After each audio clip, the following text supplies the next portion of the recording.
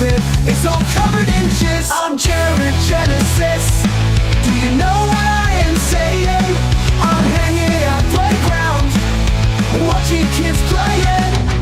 I'm an alpha, I live with my dad. You're a synth bro, and I'm just a Chad. I'm a black belt, you know what it is. And my carpet is all covered in jizz. I'm Jared Genesis. Do you know what I am saying? I'm hanging at playground, watching kids playing.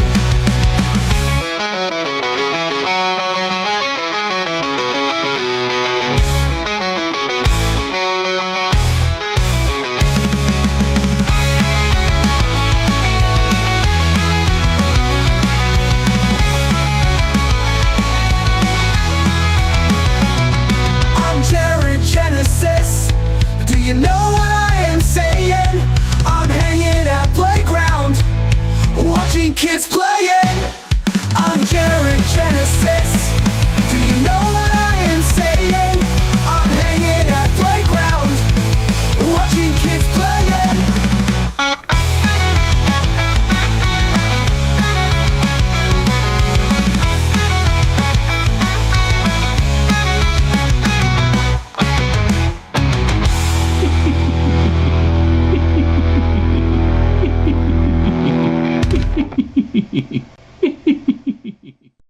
In the beginning, there was nothing.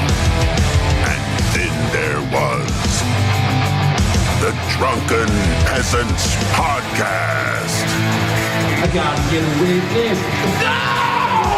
Say, man, you got a joint? No, not on me, man. I don't have facts to back this up. It'd be a lot cooler if you did. That's true. Sometimes I cry. Lick my butthole, he laughed. From the strangest corners of the internet, here to bring you opinions of the world from an altered perspective. Here are your hosts, the Drunken Peasants. Hello, everybody. Welcome to a special afternoon edition of DP. Doing it live. Back again. Thank you, everybody, for showing up. And I see a super chat question that's not for me, and I cannot answer that because I have no idea. Go ask him on Twitter or something, because I'm not sure. Everyone, please like the stream. And we're going to check out Jared Genesis. He got in trouble. What's the name of the girl on the thumbnail for Dumb Billy? Couldn't tell you. You might get an answer if you leave that question in the comments to that or something. So Jared made a video that got him a strike on YouTube, and he's not going to be able to post for a little while. And I wanted to show everyone the video because he's pushing conspiracy theories that got him in trouble. So we're going to check that out right now. We have to play the intro, of course.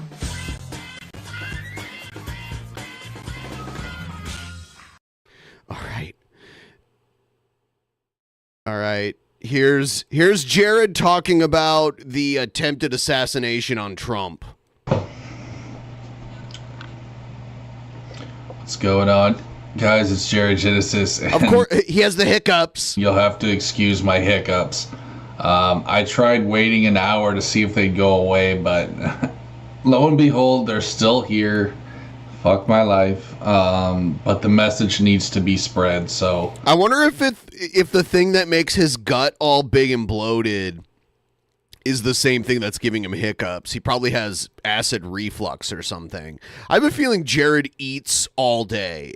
I have a feeling Jared is just stuffing himself. It's a constant flow of eating and then pooping things out and then eating more stuff. Like, he's never truly not full of food, and he probably has gas, and that's why his belly is like so big and bloated. He had his liver checked, and his liver turned out okay. Let's do this. Hiccups and all. Here we go. That's why he's drinking all the water, too. All right, guys. Well, it's finally popping off. I knew this would happen soon enough. No, you made vague assertions so that later on you could be like, see, I said something would happen. Like, literally all you said was something will happen. You didn't say this. Personally, I don't know. I thought an EMP strike would go down first. Yeah. So you said EMP strike and someone tried to shoot Trump. They're not even close to the same thing. Before the, assassination. Well, I mean, assassinations with guns have happened. And EMP strikes, to my knowledge, have not been used. I definitely know not domestically. I don't know the logistics of an EMP strike, if that's a real thing that has happened, or if that's just like a theoretical thing. But I hear it used with conspiracy theories a lot. So someone out there might know for sure an EMP strike. Is that so? That's like an electromagnetic pulse, right? Is that supposed to take out like the power grid or something? I mean, do they need to do that when if they're like the elites that control everything? Can't they just shut off all the power? Just like turn it off? But apparently they're getting ballsy now. I guess they're getting desperate, so they just skip that unless they're saving it for another time. But guys, it's about to get sketchy out there. Okay? Stay prepped. Stay armed. Stay vigilant. All right? They want us divided. So Jared is not prepped. You know what? If this was a guy making a video and he had like stacks of non-perishable food and ammo and guns behind him, I'm like, all right, this guy actually, he's crazy, but he does what he is telling other people to do.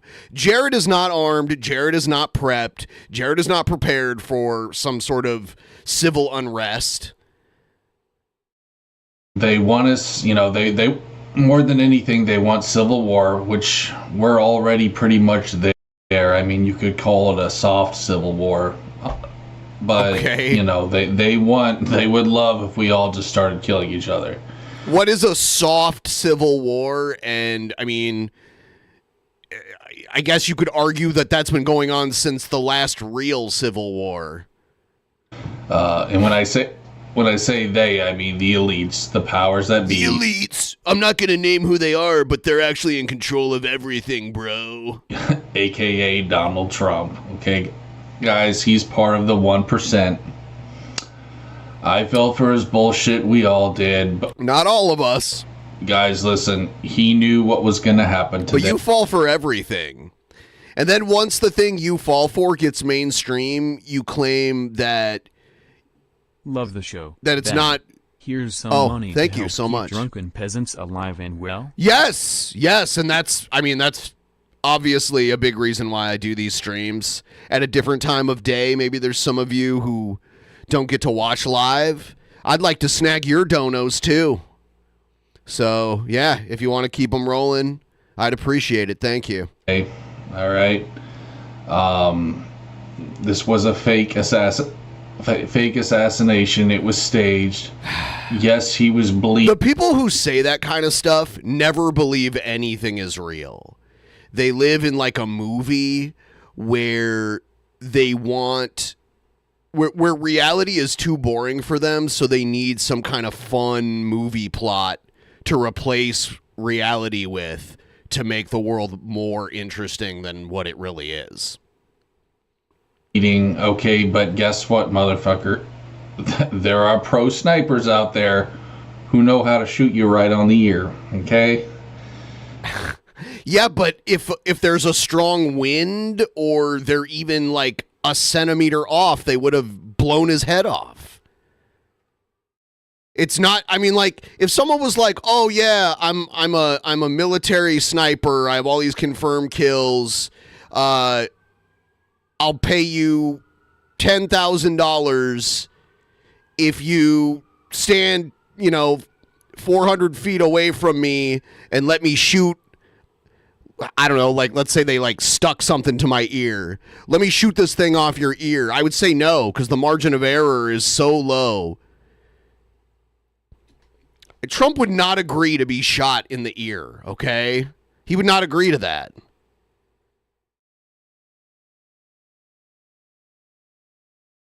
Yeah, a soft civil war is a pillow fight. Please like the stream, by the way. It was set up in a professional way. What does that mean, it was set up in a professional way? Yes, we are the most professional ear snipers. What does that mean? Someone got murdered. Is Jared going to say the guy that got murdered was like a crisis actor or something? Like someone got caught in the crossfire. It wasn't crossfire, but they got hit by the bullets that were intended for Trump.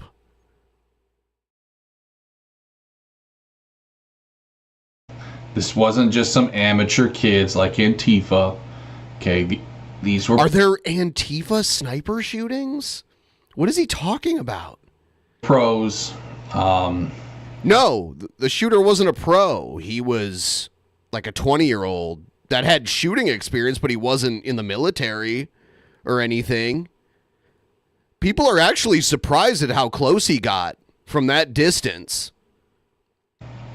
They're trying to cause division, guys. In any way they can, they want us to, to kill each other. I don't know how else to say it. I'm just being painfully blunt here. So, yeah, we're parasites to them, to the 1%. Okay, you guys need to understand that we have no power. Voting is... That's you. You are a parasite. You're 38. You have no ambition in life. You still live with your parents. Your parents are in their 70s. They should be enjoying retirement, but they have to take care of a man baby for the rest of their lives. A man baby who lives in undoubtedly the most disgusting room in their entire house and eats their food and causes drama online so that the cops come to their house. That's you. You are the parasite. It's just an illusion. They want us to think that we do. They want us divided into labels, blue, red. You divide everybody into labels. You call people simps, you call people cucks, you call people, what else does he do? You're autistic. Red pillars, blue pillars. You call yourself a monk. You're a black belt. You put all these labels on everybody. What are you talking about? Alpha, yeah. All that shit, which is really just blue and red, but, Liberal Party too. That's also, it's all part of the system, okay? But again, I fell for it, long time ago. I used to be a liberal. Then I changed to conservative, but then I realized, you know what? This is all bullshit. None of this is what Jesus wanted. You know what I mean? Because they didn't have democracy really going on in many places in the world when Jesus allegedly lived. So, and they didn't have like political parties and that kind of thing. So I don't think Jesus, if he even existed, even thought of that as a possibility. Jesus wasn't a political figure, really. That's why I changed to conservative, is because I grew deeper in my faith. But then I realized, you know what, bro? Yeah, Jesus Christ is not about labels. Oh, you mean like Christian? You know why the word Christian isn't in the Bible? It's because Jesus wanted us to make him a way of life. No, I mean, it's not in the Bible because the term didn't exist yet. Okay, not religion. Religion is evil. This is not what Jesus Christ stands for. Religion is man-made. It's the number one thing that makes people turn away from the faith. Okay?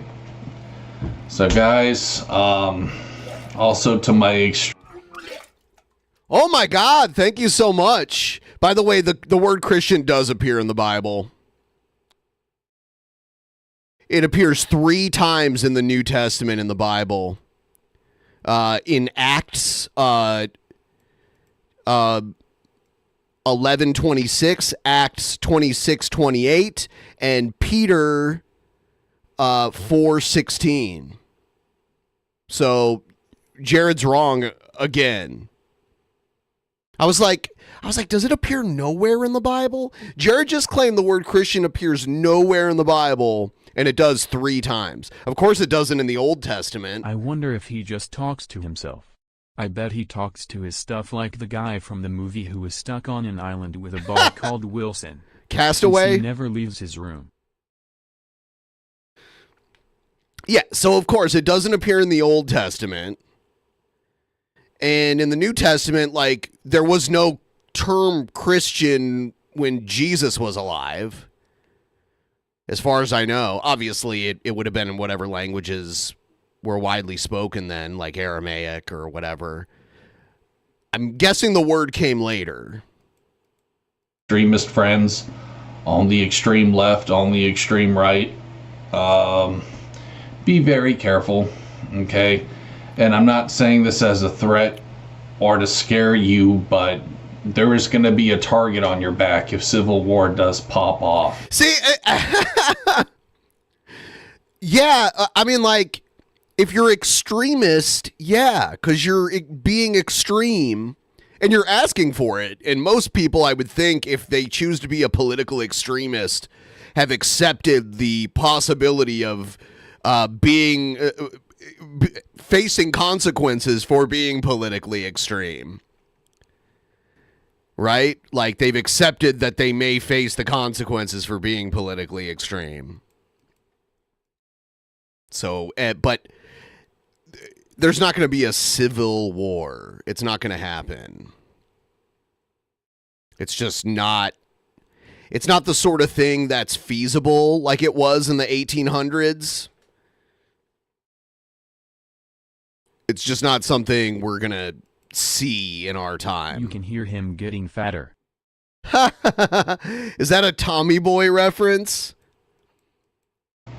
So, my advice to you is just stay out of trouble, dude. Especially if you're like one of my bitch trolls who would just piss himself if you know. Because, like, in the U.S. Civil War, they started a whole new government and then got certain states to like leave the U.S. and join the United States and join the Confederate States. Now what we have are, at least right now, and I don't see any sign of it changing, is we have people trying to completely take over the existing government, not start a new one and take over territory. They're trying to work within the system and finagle the system, like Trump with the fake electors and all that shit. But it's not even the same scenario. I don't see. And back then it was like, yeah, you could get a group of guys with a bunch of crude weaponry to like take over a town, you know, in the mid 1800s. But that would be impossible now. People started actually going after him. But and anyways, I don't want to go too much into that, but I'm just simply saying, yeah, if civil war were to pop off, I can guarantee you some of my trolls would be, let's just say, taken care of. Oh, yeah? Oh, see, this is what makes Jared sleep at night. This crazy idea that, like, his trolls will die if there's a civil war. He wants a civil war. The way he talks about it is like he can't wait for it to happen. I'll tell you what, I'd be fine. I'm pretty safe here in Blueville over here. What's Idaho gonna come do some shit? Probably not. Not by me. Again, that's not a threat. But it's not a threat, but it's like a pathetic. It's like planning your whole life on winning the lottery. Like you're waiting for a civil war to happen to take your internet trolls out. I'm simply just saying you guys got to understand you're on a list, okay? Tell my little SJW friends, my little alt-right Nazi friends. Okay, yeah, this is probably what the video got taken down for. See, Jared got a strike for this video. I'm not worried about getting it because I'm not going to agree with what he says. I'm going to remind everyone why what he says is wrong and stupid and harmful and all that. So it's fine for me to review it. If I was like, yeah, he's right, then that could be a problem. But that's not what we're doing here. Jared obviously is sharing some harmful... Who'd like to harass me and call me a Peter Pile? You are! Okay. You're not... Dude, it's not like they randomly made it up and they're harassing you by calling you that. You said you were. Multiple times. It wasn't one time. He tries to act like you only said it once. He said it through, like, he does it regularly. Like, oh, Jared's due to admit he's a pedo this month. And then it happens. Ooh, I'd hate to be in your shoes, buddy boy. I would hate to be in your shoes. That's all I'm gonna say, man. And, you know, listen, dude. A lot of y'all, you just need to get right with Jesus. That's all I'm gonna say, bro. We are in the end times. Bible prophecy is coming to life. The book of Revelations, it's happening every day. Oh, yeah? So, I mean, because I can read the book of Revelations and there's all kinds of crazy supernatural shit going on. I don't see any of that.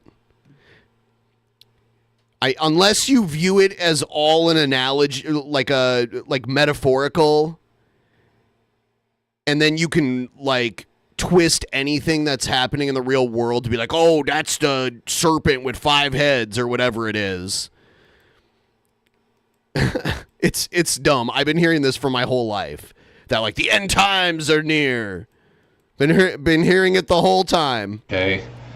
The mark of the beast is Neuralink. It's the chip that they want to put in all of us. That's how they get complete control over you. Okay. Donald Trump and all of them, they're all just puppets for Lucifag, you know, as I like to call them. Little Lucy. And you're so stupid. You know, little Lucy knows that he has no power against Christians, and that's why he has to play these stupid games. Because, guys, listen, Christians, there's a reason why we're the most hated. It's because we have the most power. We have the power of the Holy Spirit, the power of God on our side. Okay? Jesus Christ is the only way to heaven, guys. Jesus Christ is the only way. You need to know that. Nothing else. I love how he has hiccups. He's like those old characters from cartoons and old movies that were like super drunk and they had hiccups to kind of convey how shit-faced they were. Else compares to the power of Christ. All right. Only he's not drunk. He's just this dumb sober. Like the way our IQs are lowered when we're like super shit-faced, like blackout drunk. Him at his regular sobriety level, at baseline level, is lower than that. So, I guess that's really all I want to say. I'm sorry for my goddamn hiccups, but I needed to make this video, so fuck it.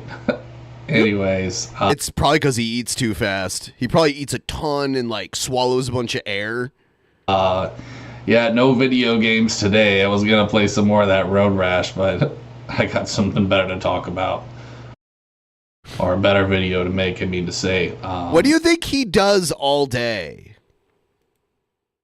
He acts like it's such an effort to make these 10, 15-minute long videos.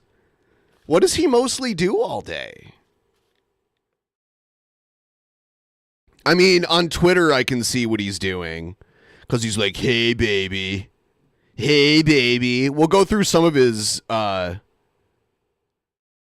We'll go through some of his tweets in a minute here. Know what I mean? More important anyways, but...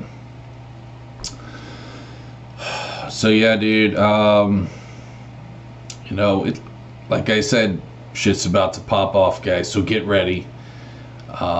If you don't have stored food and water, I would highly Let's see yours, Jared. Where's your stored food and water? suggest you do that.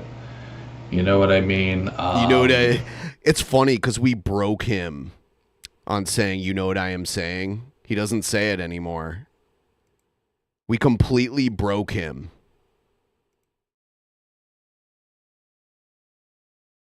Especially if you're in the cities. Because, guys, listen, man, you know, remember what happened during the pandemic? Okay? People get scared and get crazy very easily.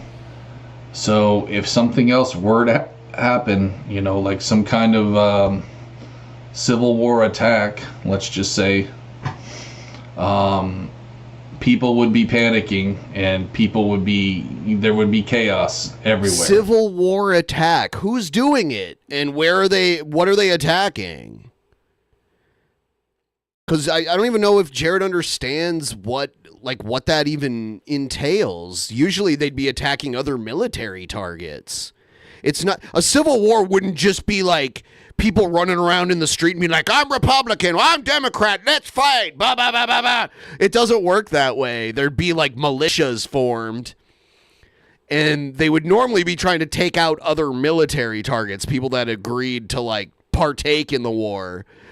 It wouldn't just be like, you know, a businessman with his briefcase walking home from work, and then a plumber with his like plumbing tools walking home from work, and they notice like, oh, you're a Democrat. Oh, now we're fighting. It's not how it works. So you don't want to get mixed in with that, and that's why I strongly recommend you stay prepped and armed, okay? I don't want this video to get taken down. But what? It did get taken down, by the way. I like how he also suggests ways people could take his videos down. It's almost like he's giving them the instructions, like, get ready, guys. Get ready to write down this timestamp, because I'm about to give you something you can flag this video with. And that's what he's doing. Anyways, I don't think it will. I'm not too worried about it. But that's so funny. I guess that's really all I have to say. Okay, let's see how much more time. There is so much time left on this video. He always does this. He always does that. That's all I have to say, bro. A few little things I can throw in there. When Donald Trump said, you know, fight, fight, fight, with his little, you know, fucking power to the people fist or whatever. Okay, there's a little numerology there, I think, anyways. If you look at the letter F, that equates to the number 6. It's the 6th letter in the alphabet. So fight, fight, fight, F, F, F. I think you know the rest. Yeah, everything's a puzzle. Nothing's just like a normal word that someone said. Everything's like this cryptic puzzle. Like it's all the Da Vinci Code. 666. Okay, those are who these people stand for, guys. They stand for Lucifag. Donald Trump is not a Christian. Don't fall for his bullshit. He's part of the elites. He's part of the agenda. Okay, he's a false savior. You need to put your trust in Christ. He's part of the agenda, nothing else bro. matters, okay? That, you know, that needs to be your president, your everything. It's Jesus. All right? And all the answers you need are in the Bible. So read your Jesus isn't old enough to be president. He died before the age of 35. He's eternally 33? People try to say, I don't know how they could pretend to know that. But whatever. Bible too, guys, which is something I want to do more of too. But also something interesting I heard was, I believe in the book of Revelations, it talks, or maybe not Revelations, but in the New Testament, it talks about one of the apostles cutting off their ear. You know? No. That is not. God, you don't even know your own religion. No, it was when they came to arrest Jesus Christ after he was betrayed by Judas, these people came to arrest Jesus, and Saint Peter, the Apostle Peter, pulled out a knife and cut off the ear of a high priest that was trying to arrest Jesus Christ. That's the story. They didn't. What is he getting Van Gogh mixed up with with Peter cutting off the ear of? God.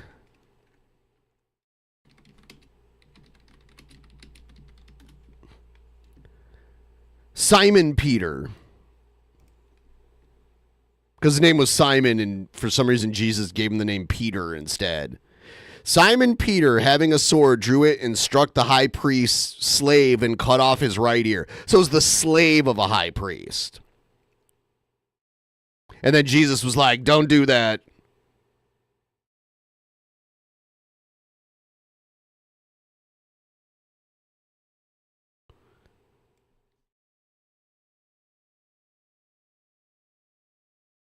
Anyway. I mean, and it was kind of ironic that Donald Trump got shot in the ear, so that's something to think about. You don't know what you're talking about. I'm not saying that Donald Trump is the Antichrist. I think that's what they're referring to, is like cutting off an ear when it comes to the Antichrist. No.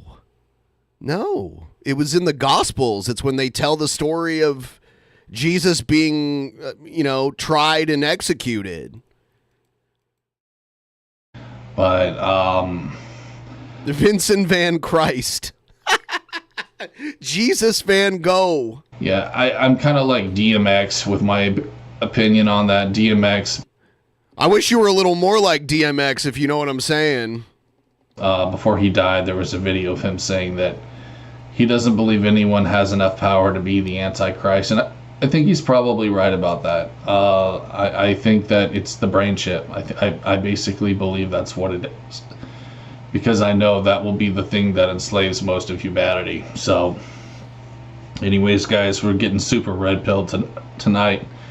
And, we're getting super red pilled tonight. Just stay safe out there, guys. Be careful. I honestly don't know how much longer I'm going to be on YouTube because I've been asking myself that for years now. Like, when is YouTube either going to just find a way to ban you forever, or when is your dad going to take some responsibility and kick you off the internet again? When is that going to happen? It's either got to be that, or you just got to stop being a bitch and throw down and do a live stream. I feel like they're going to eventually do something to where I need like a jabby to get. Okay, so allegedly this is the reason Jared's giving for why he got the video taken down, which is probably true, but I don't believe everything Jared says. But who knows? I'm guessing a lot of stuff Jared says gets flagged by people. There are people that probably watch Jared's videos just to flag them. Get on the internet. I do believe something like that could happen. What? But until that does happen, bro, I'm just insane. Just gonna keep doing my thing. I'm definitely not taking a jab. Okay. I mean, if all you do is stay home, you don't need to get it. My understanding is that you hardly ever leave your home. So you actually don't need to get it. If you don't interact with other people, which you shouldn't anyway, because you're a PDF file. But yeah, you don't need to get it.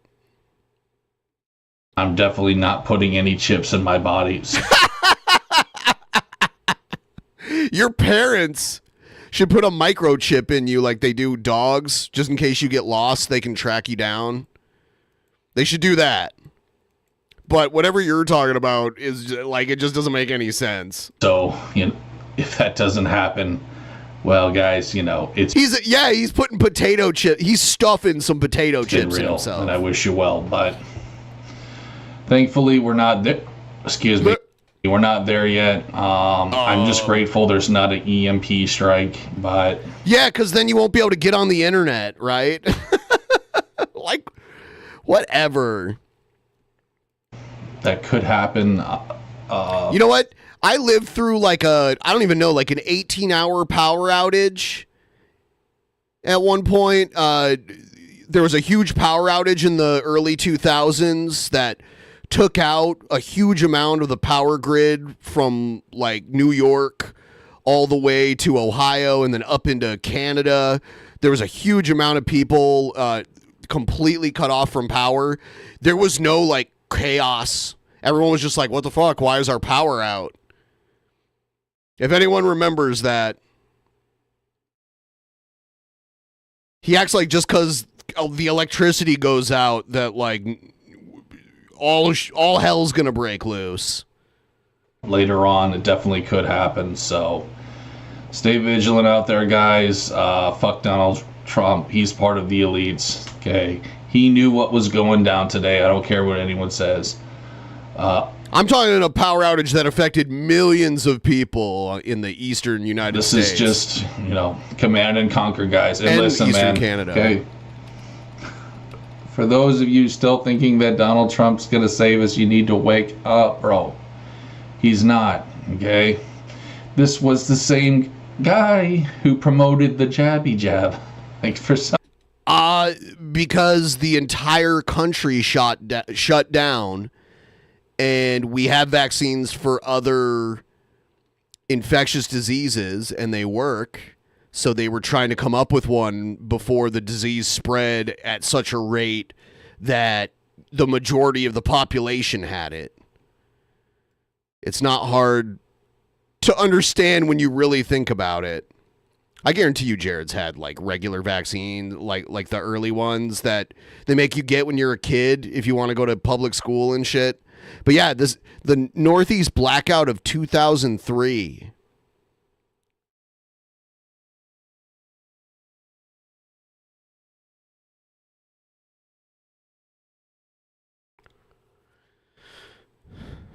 It said most places were restored within 7 hours. I remember the one I experienced, it was at least 10 hours. I was playing in a band, and we were supposed to play at like this nightclub bar at the time, and we couldn't play because there was no power. I guess we could have played an acoustic set. That would have been cool, but at the time we were like, fuck this, we can't play. But yeah, millions and millions of people. Tens of millions of people. No power. Some of you out there, it's like, how can you not see that this guy is working with them? He's part of the elites. How can you not see that, dude? Some of part you of the YouTubers, elites. You know that thing Alex Jones always talked about? Well, he's also part of the elites. Like Salty Cracker and people like him. It's like, bro, you're such an idiot. Like, I'm sorry, but you are. Did you forget that he was the one that endorsed that? You know what I mean? Did you forget that Alex Jones was the one that told you to not buy Bitcoin because it's evil? Okay? I guarantee you Alex Jones had Bitcoin. He probably has some now that the government doesn't know about. Don't get me started on Jones. That guy's CIA. You loved him too. You loved Trump. You loved Jones. They became too mainstream. Because you have this weird thing where you can't like what most people like, so you automatically choose something that's like most people don't like or most people are unpopular. People don't like EDP, you defend him. People don't like Boogie, you defend him. Boogie stops talking to you, you go after Boogie. It's so weird. You're so predictable. You're like a child. And you should know that too by now. There's a reason why he knows everything, guys. Come on. What? He doesn't own a crystal ball. He's part of the... I mean, if you make enough random predictions, you're going to start getting some of them right. Just by playing the numbers game, you're going to be right sometimes when all you do is throw out conspiracy theories and wild predictions. Cabal. That was pretty cool. I didn't mean to make it rap like that, but... every once in a while I have my moments. But anyways, guys, that's what I got for you on this video. I hope I can help enlighten some of you. And listen, to those of you who just refuse to see the truth, you will eventually, and I just pray for your sake that it won't be too late, okay? Do not let your pride keep you from seeing the truth. Do not let fear keep you from seeing the truth. Fear will keep you in bondage. You know, I mean, you have What if I like bondage? to find freedom through Jesus Christ. So I'm praying for you guys. Stay safe out there, and we'll see you next time. All right. We have more Jared. I have to go to the bathroom really quick. I want to play my Jared music video again while I run to the bathroom. I'll be right back.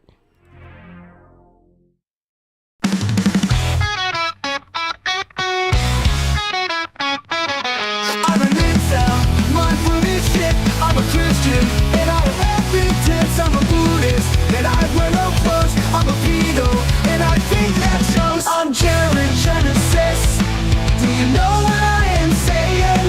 I'm hanging at playground, watching kids playing. I'm an alpha, I live with my dad. You're a sim pro, and I'm just a Chad. I'm a black belt, you know what it is. And my carpet is all covered in jizz. I'm Jared Genesis. Do you know what I am saying? I'm hanging at playground, watching kids playing. I'm an alpha, I live with my dad. You're a sim pro, and I'm just a Chad. I'm a black belt, you know what it is. And my carpet is all covered in jizz. I'm Jared Genesis. Do you know what I am saying? I'm hanging at playground, watching kids playing.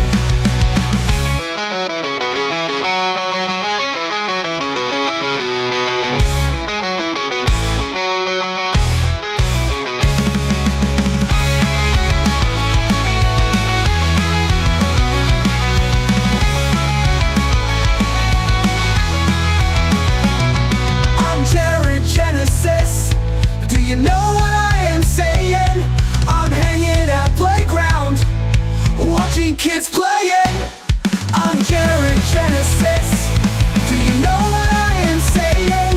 I'm hanging at playground, watching kids playing.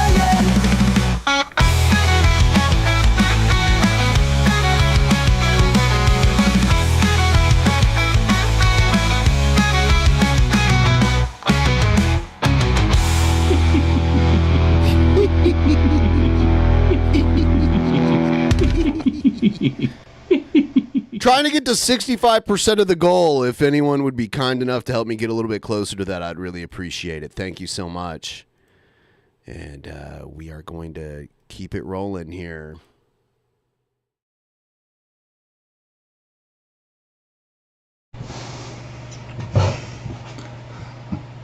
What's going on, guys? It's Jared Genesis here. So, I just want to say this. I'm kind of glad I'm on BitChute now for this video. He always does this. Whenever something bad happens to Jared, he acts like he actually wanted that. Oh, you know what? I actually wanted that to happen. I'm kind of glad.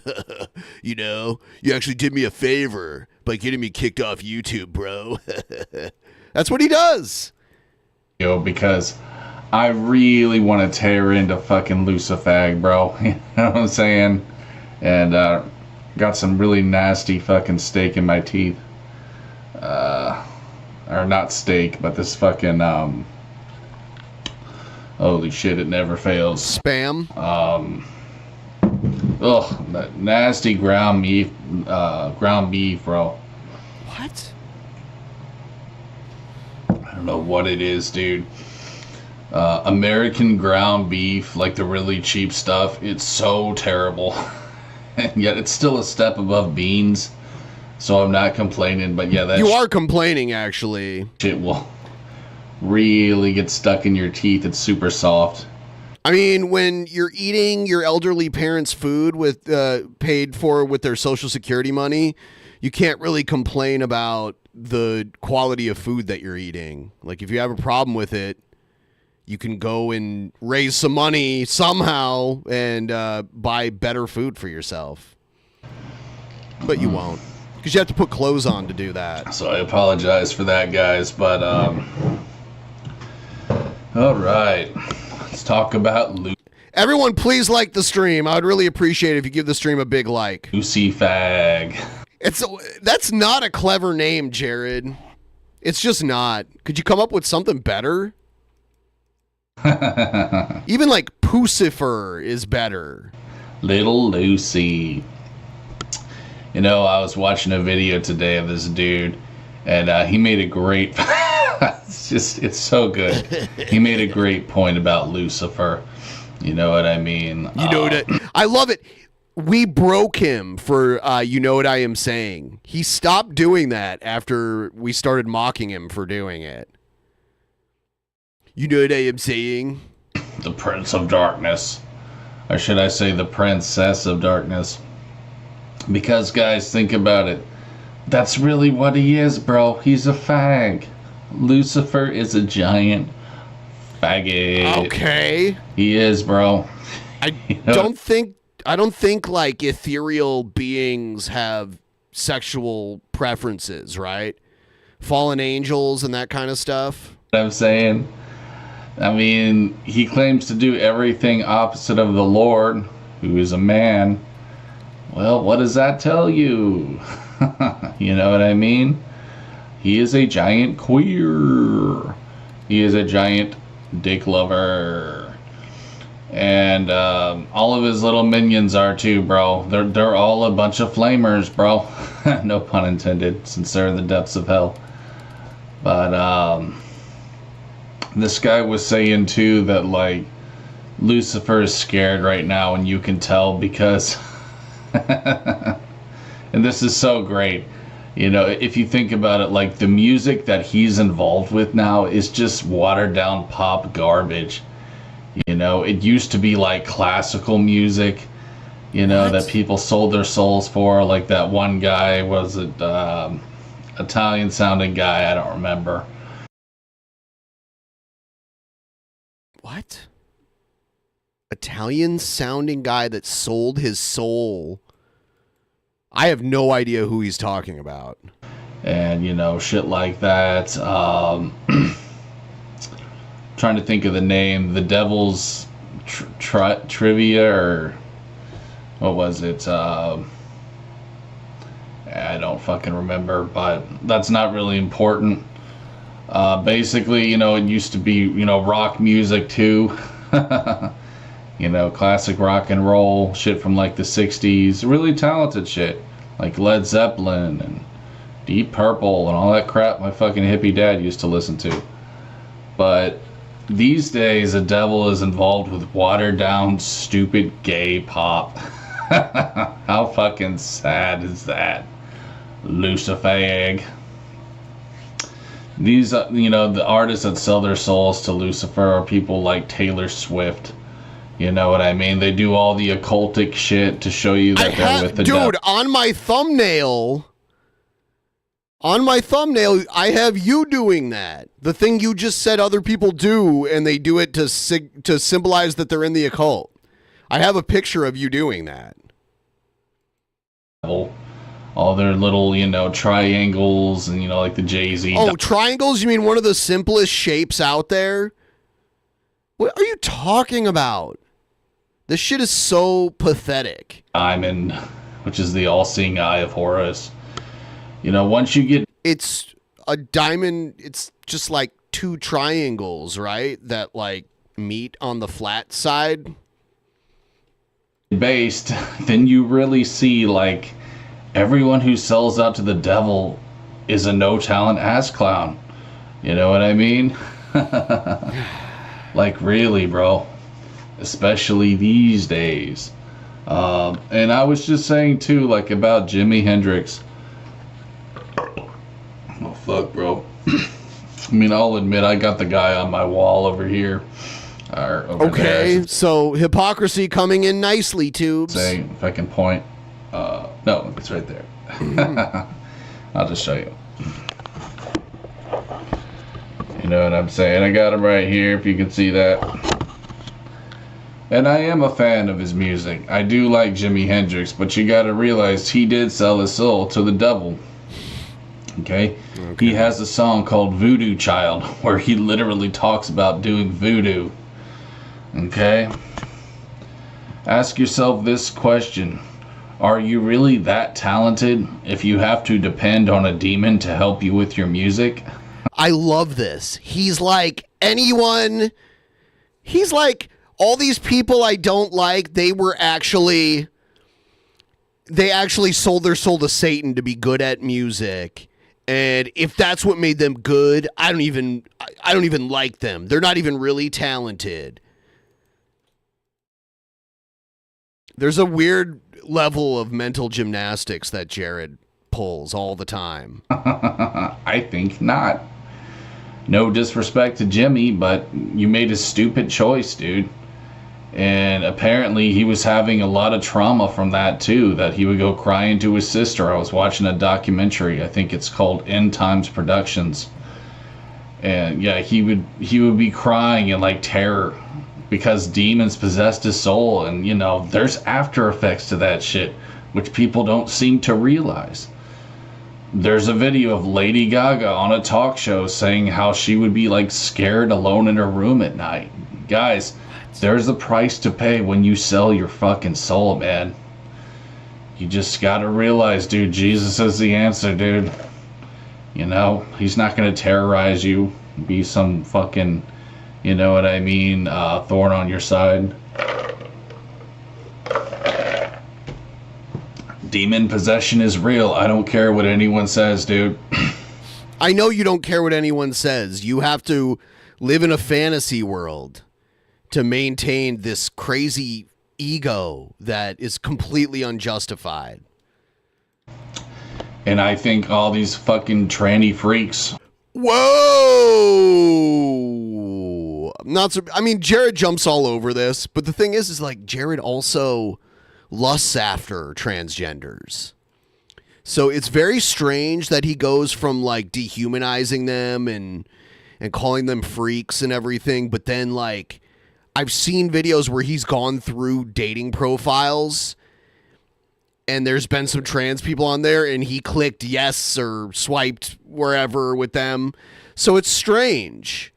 He's constantly contradicting himself. Are demon possessed. I do. Feels good to say that. I couldn't say that on YouTube. Jared's relationship with Christ is like Jojo Rabbit's relationship with Hitler. Do you mean Christ, or do you mean Christ, the troll that he feuds with? I think you mean like Jesus. Oh yeah, you did. You wrote it as Christ. I wrote it as Christ because, believe it or not, one of Jared's biggest online rivals is like this, like far right white nationalist guy named Christ. Yeah, Jesus Christ. I read it as Christ just because they have like this weird epic rivalry between the two of them.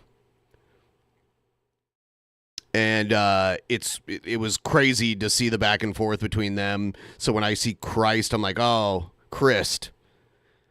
These motherfucking tranny freaks who are all touched by their uncle. Okay.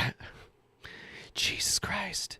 So Jared goes to BitChute to say this stuff, this hateful rhetoric that he pulls, because he knows that, I guess, does BitChute just have no moderation at all? Or could someone get Jared kicked off of BitChute if they tried hard enough? You know what I'm saying? They're possessed by the spirit of evil because I'll tell you why. They're low vibrational. When you're a human being that runs on low vibration, you pick up things that you wouldn't. That's why when you're blessed with the Holy Spirit, you are very high vibrational. Demons cannot enter you. There is a science to it. People who can't see the science are just fucking closed-minded. Okay? They're unevolved. You know, thinking just in I'm just making the best of every day. That's all I can do, YouTube. That's all I can do. We're at 53% right now. We're at 53.89%. Thank you so much. If you want to help us get a little closer to our goal, the link is right there at the top of the chat. Thank you. In a very closed-minded way. So yeah, dude, I mean, get right with God. I'm telling you guys, demon possession is real. You can pick up things when you're low vibrational easily. And I'll tell you guys something too. I mean, I have in my life. I've been at a very low point in my life, and I know what it's like to have demons. Okay? Some of you guys saw demons come out of me when I shouted at my father. That's right. On that live stream, which I'm not ashamed of. Oh, it's demon. Okay? He's not ashamed of screaming at his father on a live stream. And it was demons that made him do it. It wasn't his fault, guys. It was that he was possessed by demons. He was being a major dickhead that day. You know, I forgive him, but he knew I was going through a lot. No, I love it. This is so great. He's going back to that and blaming his dad for his little freak out. Yeah, it's my dad's fault for not understanding I was going through a lot that day. And I just took it out on him. You know, plus I was dealing with a lot of trolls. That was a demon that came out of me. And it was so powerful that it actually moved my bass guitar. And if you don't believe me, watch the shit. What? Are you sure it wasn't like your dad banging on your door, or like the super loud music you were playing? Okay. It's real, guys. It's very real. I felt demons in my life too, because I struggle a lot with things myself. Things like anger and rage that can hold you down, that can kill your vibration. It's something that I'm working on. You know what I mean? But I'll just say it like this. I mean, if I do have a demon in me, I will use that demon to fight other demons. You know what I mean? You do what I will slap Lucifag in the face and say, you know what, bitch? You gave me something that I can use as a tool, and that is exactly what I will do. I will use that demon to fight evil. You see what I'm saying? I could go into something else, but I'm not even going to. It's just not worth my time, and, you know, it's just not worth my time. I'm just going to say it really quick. I was at the gym a few years ago, and I can pretty much guarantee you that if a certain individual would have acted up, you know, if he would have chose to get in my face. So Jared's insanely paranoid, and he claims that one of his trolls was at his gym that he used to go to. He used to go to like a Gold's Gym or whatever. Who knows if this is even true? He's very crazy and paranoid. But even so, it's cool to be it's easy to be a tough guy and talk about it like you would have done something when it happened like 5 years ago. That would have been his last day of life on this earth. Oh, yeah? Because I was actually ready to kill. I was. You know what I'm saying? I knew this individual was participating in trolling and making my life hell. And I told myself, I told God, I said, if this little chump gets in my face, forgive me, Lord. Because I'm about to kill this motherfucker. Oh, yeah? He made a very, very wise choice of not instigating with me. Because, again, I can promise you, if he would have, he would no longer be in this earth. He would be in the earth? In the next life. I wish you were in the earth in Minecraft. That is a promise. So I'm glad it didn't go down that way, little cupcake. Because, you know, I didn't want to have to call my mom from a jail cell.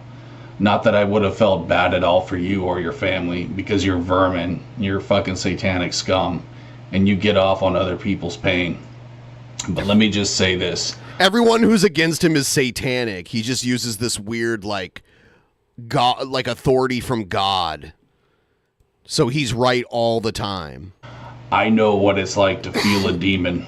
I know what it's like to have a demon in you. It's not something that you necessarily want, because it can take control. It can, and that's real shit.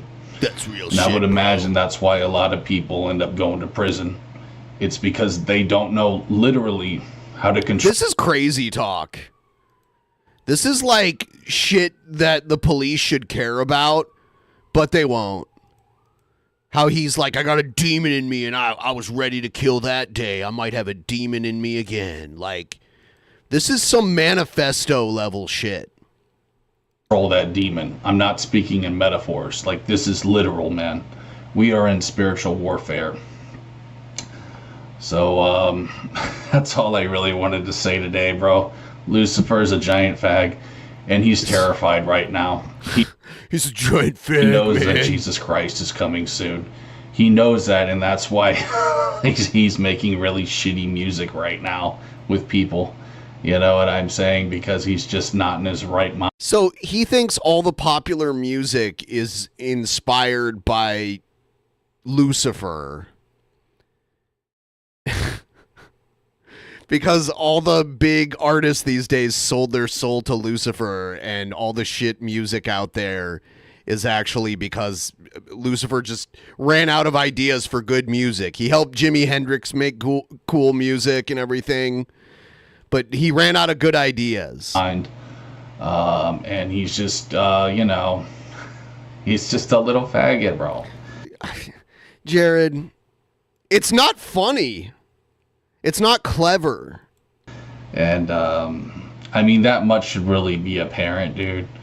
You know, when you should never be a parent. Look at some of these metalheads, too, these days. These, like, black metalheads. They're a bunch of scrawny little bitches, dude, with long hair. They're fucking faggots.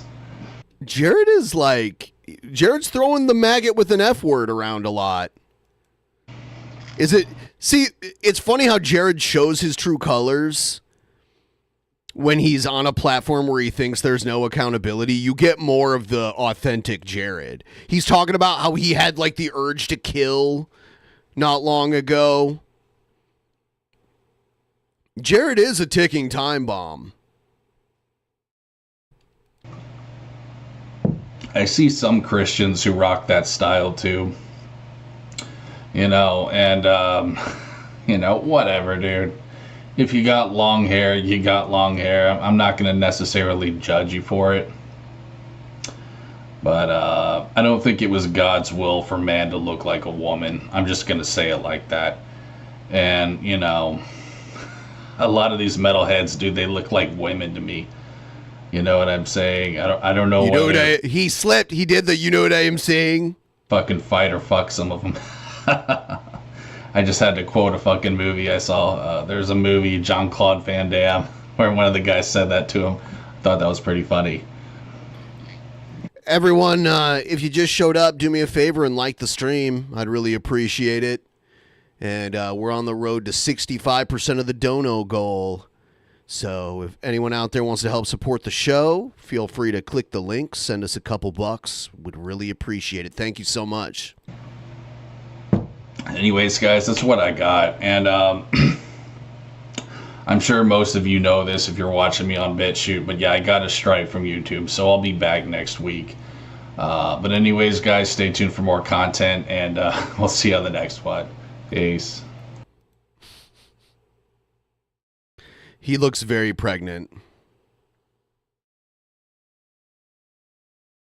All right, let's check out some news related stuff. Let's check out some of the newer info on the Trump stuff and the political verse right now. Here we go. He called me sir and got me so human angry. People are discriminating against wolves. Wow. They're laughing at us, at our stupidity.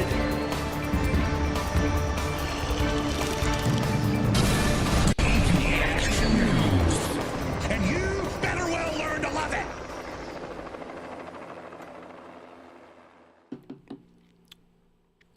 All right.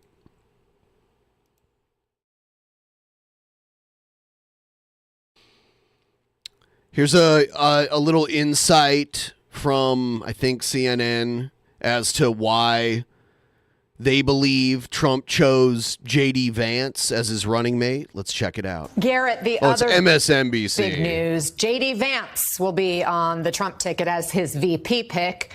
Why Vance? Well, look, J.D. Vance has proven himself to be a very effective spokesperson for the MAGA movement. That does seem to be the role that Donald Trump wants him to play, particularly with voters in the Rust Belt states like J.D. Vance's Ohio. I'm thinking about Pennsylvania. Here we are in Wisconsin, Michigan, where he could be kind of a younger, perhaps slightly more... I hate the name of his memoir. Eloquent spokesman for the Trump policy. Hillbilly Elegy. Sees that Trump hopes will win over particularly young men like J.D. Vance, who's only 39 years old, to the Trump ticket. One of the downsides to Vance, and I think one of the things we're going to see the wives of Trump's sons, like the one on the left was a Fox News reporter, and the one on the right, I know she came from somewhere like Eric Trump's wife. She was something else too. And now she's like one of the head people of the Republican National Committee, which is crazy when you think about it. She's like a co-chair. Biden team try to exploit is his long history prior to his conversion, if you will, as a Trump critic. Listen to some of what J.D. Vance had to say about Donald Trump, the candidate back in 20. Yeah, she was a TV producer. And she's been the co-chair of the Republican National Committee since 2024. What did she produce? She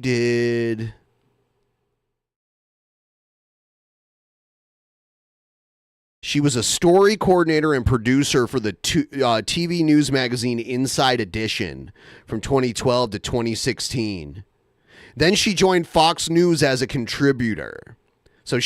So both of Trump's sons' wives were like the one on the left was a Fox News like host, and the one on the right was a Fox News contributor.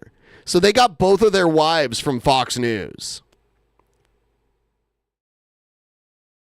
Team try to exploit is his long history prior to his conversion, if you will, as a Trump critic. Listen to some of what J.D. Vance had to say about Donald Trump, the candidate back in 2016. I'll tell you why both parties think it's useful now on the other side. I'm a never Trump guy. I never look how different he looks here. He got like a quote unquote makeover, right? He looks like a different person here. He's not wearing the guy liner and the mascara that I've seen that he wears now, and he doesn't have like the like shaped beard. He looks like a different person. He looks like he weighs more here too, but it might just be that he doesn't have a beard. But he looks like he has more body fat here also. What do you guys think? Liked him. At the end of the day, do you believe Donald Trump, who always tells the truth? Just kidding. Or do you believe that woman on that tape? There is definitely an element of Donald Trump support that has its basis in racism or xenophobia. I don't hide from that. I was certainly skeptical of Donald Trump in 2016, but President Trump was a great president, and he changed my mind. I think he changed the minds of a lot of Americans. The Biden campaign and Democrats could use sound like that to try to show Vance as either hypocritical or opportunistic in his Trump support. But the Trump campaign and Trump's allies believe that J.D. Vance gives a permission structure for other people who felt the same way about Donald Trump in 2016 or might even feel the same way about him now to come on board. They love a conversion story. Oh, yeah. Beards can create the illusion of a more defined chin where someone might have like a fat neck. The beard can like make a jawline and a chin look more defined. Absolutely. They love somebody coming out and saying, I believe the... It's free, too. Well, it's not free to shape them because then you need to buy like some sort of razor, but... media narrative about Donald Trump, and now I've seen the light. This works for them. The Biden team is... They hope. The Biden team's going to try to use those words that he said in the past. They've done that with others. I mean, there's been a whole conversion within the Republican Party toward Donald Trump. I don't think there's... Have we had a... When was the last bearded vice president? Okay, let's look up the last bearded president first. Last bearded president.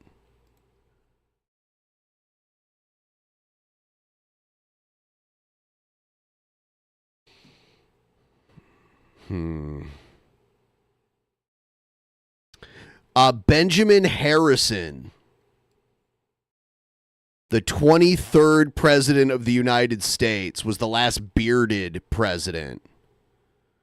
I'm talking beards, not mustaches. Roosevelt and Taft, and I guess Truman? What did Truman have? Did Truman have a beard? They claim Truman had a beard, but every picture I've seen of Truman, he didn't. Now I have to fact check this. Harry Truman with beard. Okay, I can't find any story. I can't find any picture of Harry Truman with a beard. I see fake ones. I see Harry Truman with some stubble.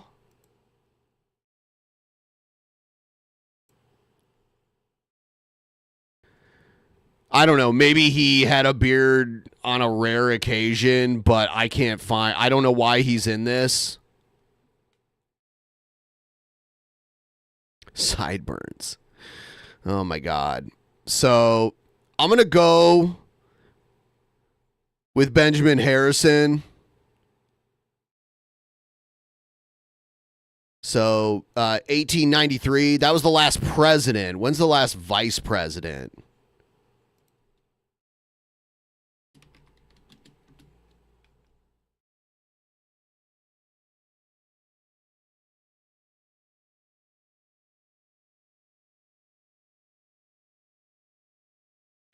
I'm seeing facial hair, but I'm not seeing bearded. Who was the last bearded vice president? Have we ever had one?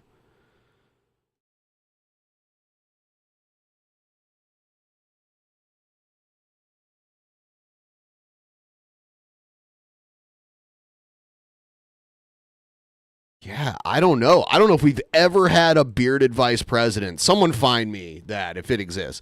Look at Trump's ear.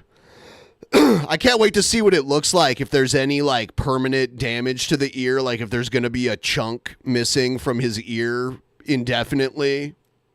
Since 2016, and it hasn't dented Donald Trump's standing within Republicans and Republican voters. They're obviously going to go for more independence now. J.D. Vance is going to be useful. I was talking to somebody this morning within the campaign who said J.D. Vance will be specifically useful in the Rust Belt states. Mm-hmm. I mean, J.D. Vance is from Ohio. He wrote Hillbilly Elegy. They believe that even though he's got a Yale-educated lawyer, that he can camp out in Michigan, in Pennsylvania, in Wisconsin, here in this state, and speak to working class voters in an authentic way. And remember in 2016, they were bleeding suburban women. They didn't think they could get suburban women back, but they thought that they could break down the blue wall. Oh my God. So someone should fact check this, 'cause, you know, who knows? This is MSNBC, but I'm inclined to believe this. They're saying he opposes abortion rights even in the case of incest and grape. That is insane. The message of jobs, jobs, jobs. And people were really skeptical about that at the time. What do you mean? It's like if someone assaulted his wife or his daughter and impregnated them, he would want to like pay. He would want to keep this kid around and pay for it and everything. This guy is going to be able to do something that Republicans have not been able to do in modern history. The Democrats had that wall so firmly built. But they believe, again, that if they're able to take somebody like J.D. Vance, who is authentic on the working class messaging, they can win again using that strategy, even if they are bleeding away independents, even if they are bleeding away suburban women.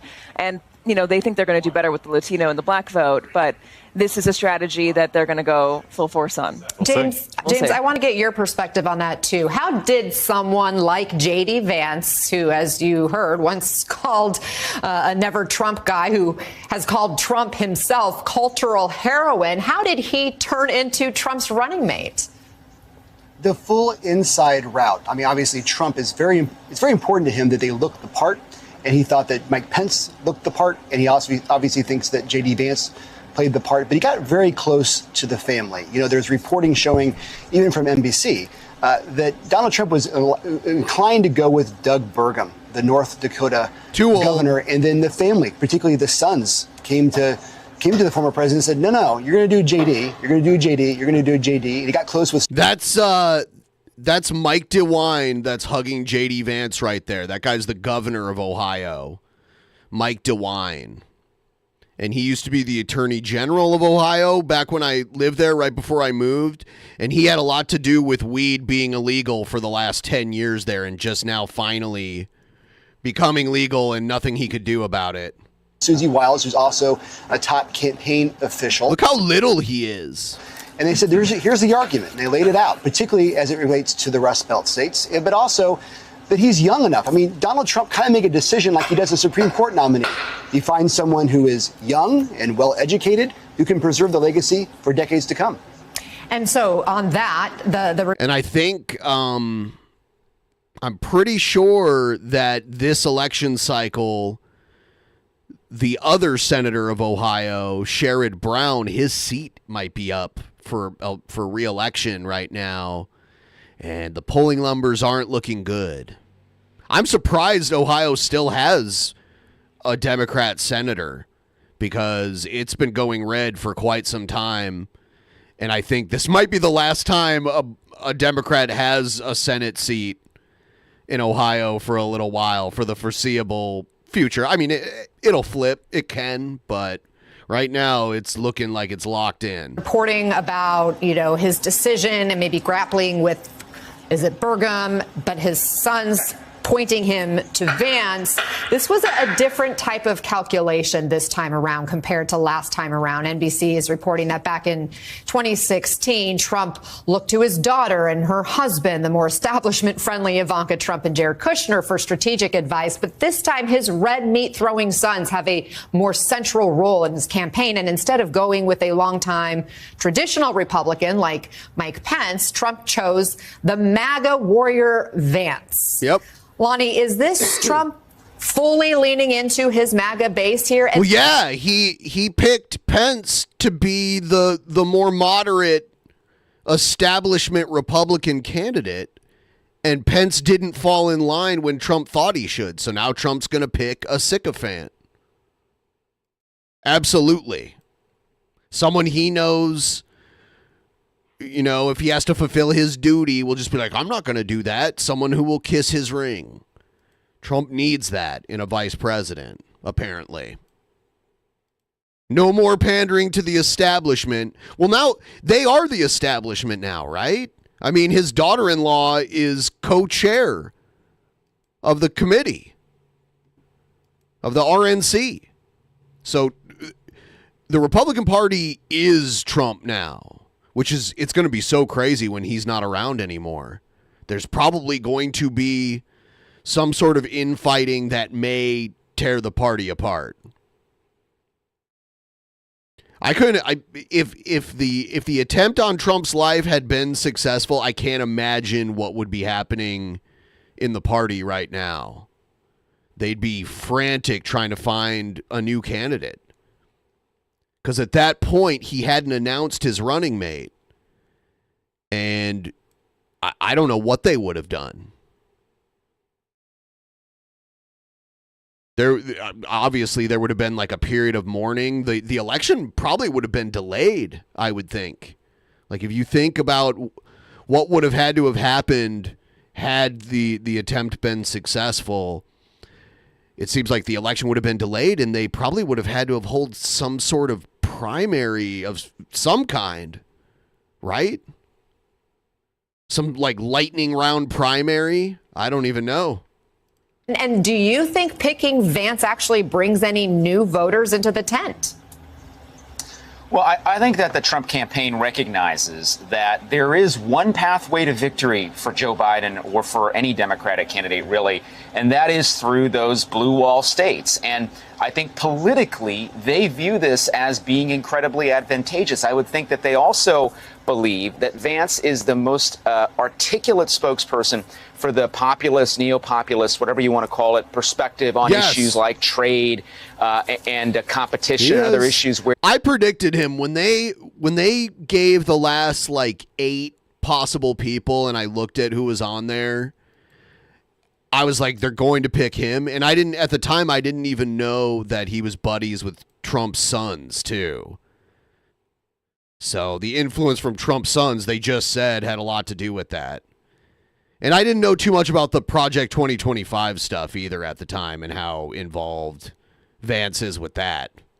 The Republican Party has really changed from I was just like, he's white, he's Christian, and he's also young, which is they're looking for that, you know?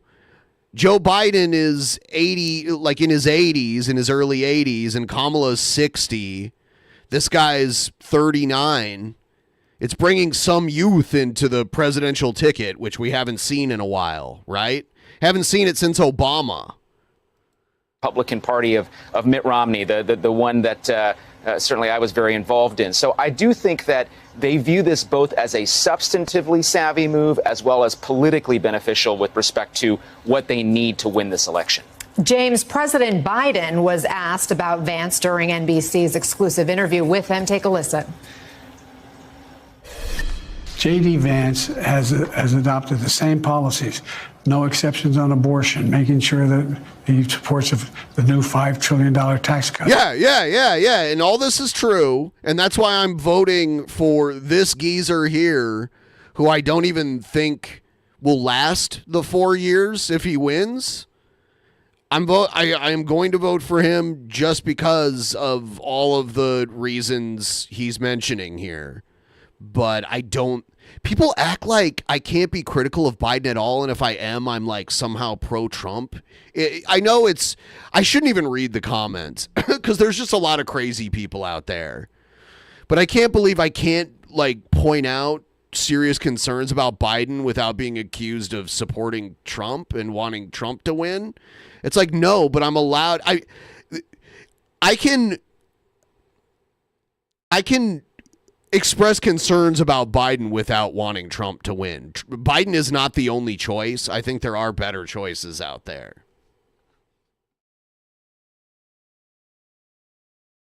That Trump wants to give the next administration, signing on to the whole notion of whether or not he says there's no climate change happening. I mean, he signed on to the Trump agenda, which he should if he's running with Trump. James, how do you think the Biden campaign? I mean, Biden attacked Obama when they were running against each other and then ran with him. So this happens all the time. And then when people run for president, like they run for the nomination of their party, they take jabs at each other. Kamala took jabs at Biden. Campaign sees Vance as a VP contender here. Well, look, I think one thing they're obviously going to try to drive home are some of the more positions where he does disagree with Trump, which is more to the right. But in fairness, when Joe Biden picked Kamala Harris, she was a person who supported, Medicare for all. She supported the Green New Deal. She's one of the first co-sponsors on that and obviously had that one big debate moment. Look, this vice presidential debate is going to be extremely key with these two oldest nominees in U.S. history.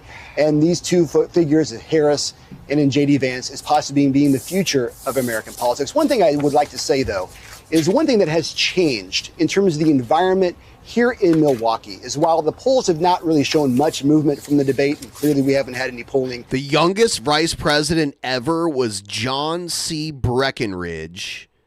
He took office in 1857.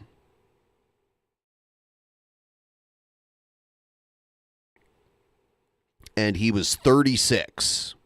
So just 1 year older than the minimum age to be vice president. And then Nixon in 1953 is in second place. He took office at 40. Since the attempted assassination attempt. But delegates here feel like this is in the bag They feel like the Republicans are going to win, and they're wondering if even they can get a landslide. Now, again, polling is not suggesting that is remotely true. We've seen a conviction of a former president that didn't move polls. We saw all the charges that didn't move polls. We've seen everything else that didn't move polls. Maybe this is not going to move polls either, but I will tell you the environment here is that they're very jubilant right now. And we have reporting that Vice President Harris reached out. Yeah, it's weird that the minimum age is 35, because I honestly believe that there are 30-year-olds right now that are more fit to be president than Biden, that have enough intelligence and life experience at 30 where they should be able to be president. But they're not even eligible because they got to wait 5 more years. And that could make the difference. That could mean 2 election cycles that they have to wait. To J.D. Vance after this announcement, congratulated him, welcomed him into the race, and expressed her hope that he would meet her for that debate that's been proposed later this summer, early fall, by CBS News. Hey there, MSNBC fans. All right, this guy. Trying to hit that stream goal of 65% of the weekly goal right now. If you guys want to help out, throw me a couple dollars. Tell me what you think about all this. Are we screwed? Do you think we're screwed?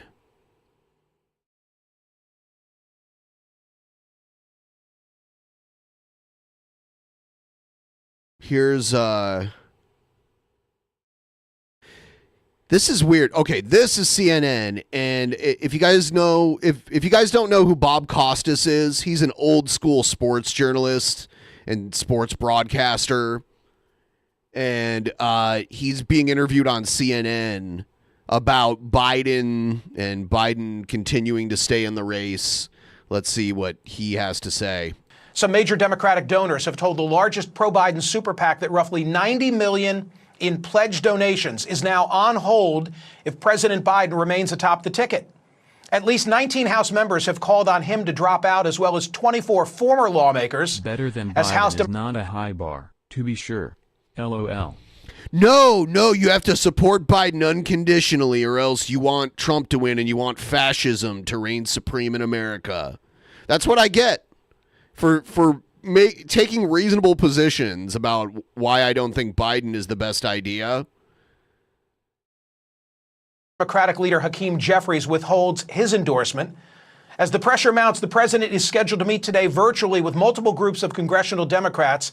And on at least 3 occasions since the debate, the White House has had to revise accounts of the president's medical care, and the president has refused to undergo additional testing. The New York Times was first to report that the Biden campaign is now polling to see how Kamala Harris fares against Donald Trump. It's believed to be the first time since the debate that the Biden team has sought to test her viability.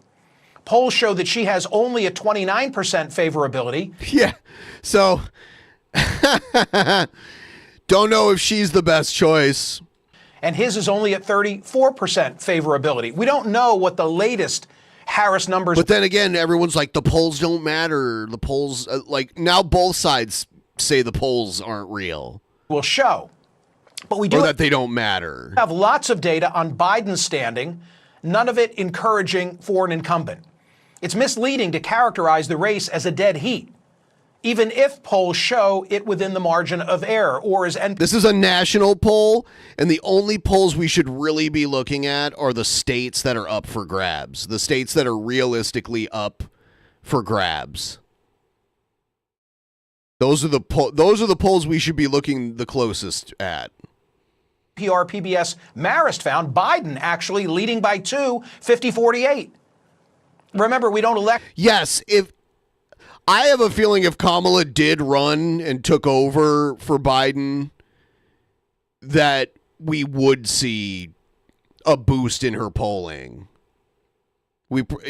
I think we probably would. I don't know how good it would be, but probably some kind of boost. By a national vote. If we did, Hillary Clinton would be finishing her 2nd term right now.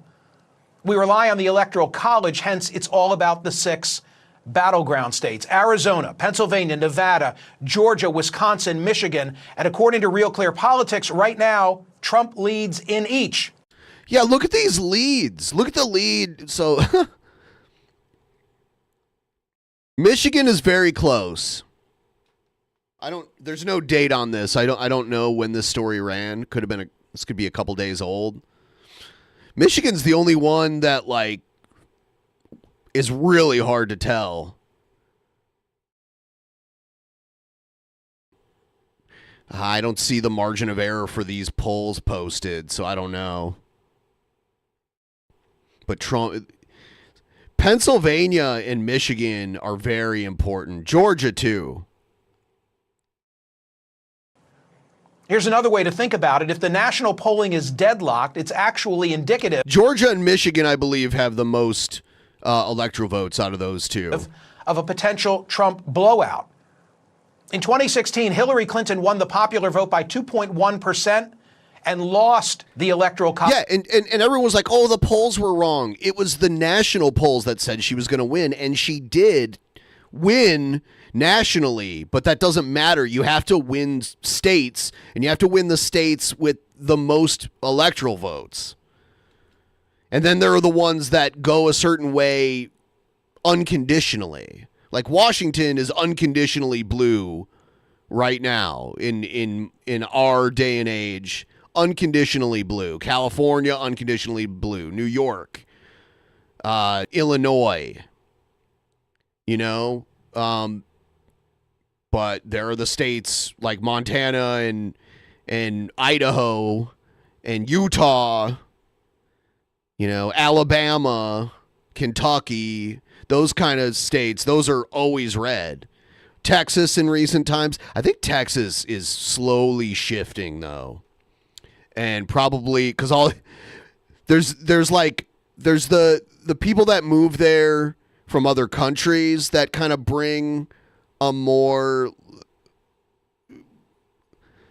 like a more Democrat point of view to Texas, and then there's the Californians that move there that are making it like that too. College 306 to 232. In 2020, Biden won the popular vote by 4.5%, won the Electoral College 306 to 232. Yeah, Georgia took forever to determine.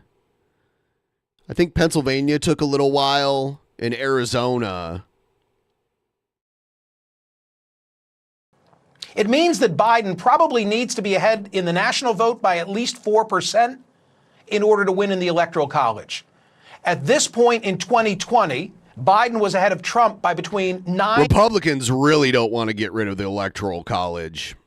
They really, they can't win the presidency without it. And 11 points. But as I said, then went on to win by 4.5. Moreover, most Democrats say they want him to drop out. 67% of Americans say he should end his candidacy, including 56% of Democrats. Yesterday on radio, I spoke with David Wasserman, the senior editor and elections analyst with the Cook Political Report with Amy Walter. This week, it was the Cook Political Report that moved 6 states away from Joe Biden and toward Donald Trump: Arizona, Georgia, and Nevada. A big part of it is a candidate that the voting public can be excited about, that they can feel some sort of excitement and maybe even passion for. And Trump has been that for a lot of people. I don't agree with their reasons why, but he's done it. And the same thing, Obama was like, a lot of people there was like Obama mania. Right before that first election, it was huge. He kind of became a mainstream celebrity in many ways. You know, and you look at who they ran against. Like Obama ran against McCain, who was very boring and uncharismatic and old at the time. Everyone back then was like, oh, McCain's so old. He's so old. He's younger than both of these guys running, right? At the time. Have gone from toss-up to lean Republican. Minnesota, New Hampshire, and Nebraska's 2nd congressional district have gone from likely Democratic to lean Democratic. David Wasserman told me where so many voters have pre-sorted themselves into like-minded communities, the resulting echo chambers preclude big shifts that we might have seen in elections past from a candidate meltdown or, say, a felony conviction. As a result, we don't see big shifts in the race. Bring on Bob Costas. This is way too much setup. You're just going to introduce Bob Costas. By the way, Vince McMahon almost like assaulted Bob Costas during an interview. Like he got in his face like he was about to murder him. It was crazy. You guys should check that out sometime. Bob Costas, Vince McMahon interview. He also said that Biden has lost so many black, Latino, and young voters I'll grab that it. if the election were held next week, his path would be very slim. Like David Wasserman, famed Democratic political guru Doug Sosnick has just opined that President Biden's electoral path has all but vanished. Quote, Trump is now the clear frontrunner to be the next president of the United States. And David Axelrod said this week that the odds of a Trump landslide are greater than a Biden narrow victory. Something else to consider. The president speaks as if the race is just beginning. It's actually closer to the end. Hundreds of millions of dollars have already been spent. One of 2 agreed-upon debates is over, and not even a Trump felony conviction has moved his needle downward. The first votes will be cast in the states of South Dakota and Minnesota on September 20. That's just 69 days from now. Presidential elections can no longer be thought of as revolving around Election Day. Election Day is instead the final opportunity to vote. So although political races have volatility, if the Biden team is being truthful in taking the latest data to the president, they'll be telling him, sir, in all likelihood, there's no path to victory. I want to know what you think. Go to my website at smirconish.com and answer today's poll question. Will polling data showing his narrow... All right, so this is what I'm going to do because I'm hoping we can get this goal to 65%. All right? So I'm going to do another figure giveaway. This will be my 3rd and final figure giveaway. I'm at the end of next week. I'm sorry, at the end of this week, because we just started a new week, I'm going to be shipping out the figures to the people who won them. And I have another one, the final one, that I will give away during this stream. So the way the rules work is if we get to 65% of the tip goal during this stream, the number 1 tipper at the end of this stream will get the figure. But we have to surpass 65, and then from that point on, it's whoever's the highest tipper, basically, will get it. So if we just like organically get there, or if someone wants to get us there and make that their donation to put themselves in the running to get the limited edition figure, once again, here it is, then you can make it happen through Streamlabs. It's right there. Path to victory convince President Biden that he must step aside. Joining me now is Bob Costas, 29-time Emmy winner, back on February 24. After President Biden chose not to do a pre-Super Bowl interview, Bob appeared on this program and set a lot of people's hair on fire by saying this. This is Emperor's New Clothes stuff.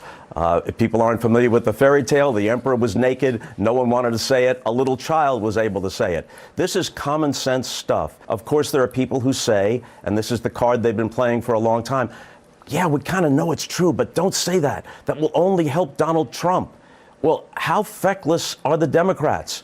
If they realize that this guy could possibly lose to Trump, then get somebody else out there. You don't go into the Super Bowl with a quarterback who has a dead arm, or the 7th... He's got to make sports analogies. ...game of the World Series. If people are more comfortable with me talking in sports terms, you don't do it. This is just so obvious. Bob Costas, were you seeing something then that others were not seeing, or is it that you were willing to say it when others were not?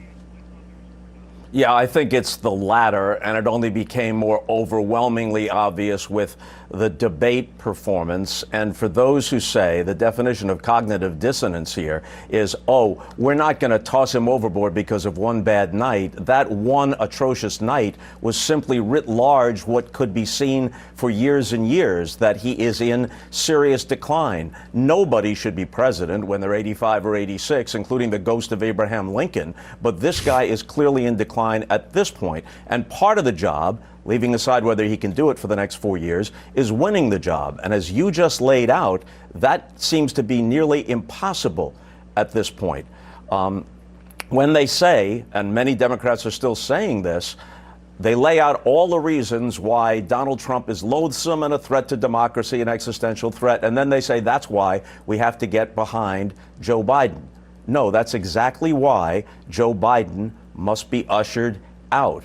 As I said at that time, it was so obvious, said it to Abby Phillip last year on CNN. Biden had a chance to be seen by history as a statesman and a patriot. He spared the nation a second Trump term. He could have gone out in a gracious fashion. Now, we can no longer indulge his delusions.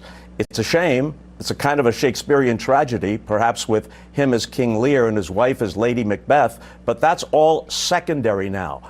Precedent doesn't matter. Oh, he is the incumbent. He won all the votes in the primary because he had no opposition. These are desperate times, and they call for measures that are appropriate to the circumstances. 2 weeks before the debate was the Hollywood fundraiser. The Washington Post sort of went inside. I want to put something on the screen. Here's what they found about what took place at the fundraiser. Some attendees said it was even worse at the smaller receptions before Biden took the stage, greeting hundreds of supporters for grip and grin photos. The president stumbled over small talk and seemed frail, according to 6 attendees. For the high-level donors who were meeting... he went to this thing to raise money, and people were donating money, and everyone kept their mouth shut about this until the debate happened. The 81-year-old Biden for the first time. Several said they found his decline shocking. It makes me wonder if there hadn't been the debate performance. Bob, if the debate had taken place in September, as was initially intended with the Commission on Presidential Debates, I don't know that we'd be even having this conversation, because all the people at that fundraiser, Clooney included, weren't speaking until the debate. Yeah, and to me, and this is for the stick to sports crowd, this has been so overwhelmingly obvious for so long. You don't need a degree in public policy from Harvard to see it and to say it, if you're willing to say it, any more than you need a degree from MIT to say 2 + 2 is 4. And it makes you wonder whether we've been gaslit by the Democrats. The Republicans major in gaslighting everybody with Trump as their standard bearer. But this had to have been obvious to people surrounding the president, people who observed the president. Wouldn't it have been an act of patriotism, if that's not too overblown a word in this case, to lay that out before the American public? You know, look, Trump is a very vulnerable candidate against Hillary Clinton, who clearly was qualified but had some baggage and may have run a bad campaign. She was hamstrung a bit about going after the personal flaws, to be kind, of Donald Trump for reasons we need not list here. And here we have Joe Biden, who cannot say, as any other candidate could say, let's roll the tape on all of Trump's unhinged rallies where he seems to be a blithering buffoon, because then all the Republicans do is turn it around on all the gaffes and missteps and times when Biden seems to be wandering around in a fog. In sports, if your opponent has an obvious vulnerability, you devise a strategy to exploit that vulnerability. Hey, this guy's wide open for a left hook. But wait a minute, the guy our guy can't throw a left hook. That's where we are. Give me the 30-second response to those who are watching and saying, didn't you see him last night in Detroit? Fiery and on top of his game. You would say what? It doesn't change the basic calculus. It doesn't change it. You know, again, it's a shame. Biden's a decent man. We don't want to see it play out this way. We want to be respectful if we can. Right. But this has the feeling of somebody handing a participation trophy to a kid at a soccer match just because he didn't fall down. The bar is set so low that people applaud when he doesn't remind us yet again of how at this point he is not qualified to campaign and clearly is not qualified to finish 4 more years as president. Here's Bob Costas doing the Vince McMahon interview. The thing I love about the XFL is the say so that there will be a year 2 for the XFL. I want the part where he gets mad. From affiliates first made this announcement of the XFL, we didn't have any partners. We were going to do it all on our own. Okay, so I think it is a viable business.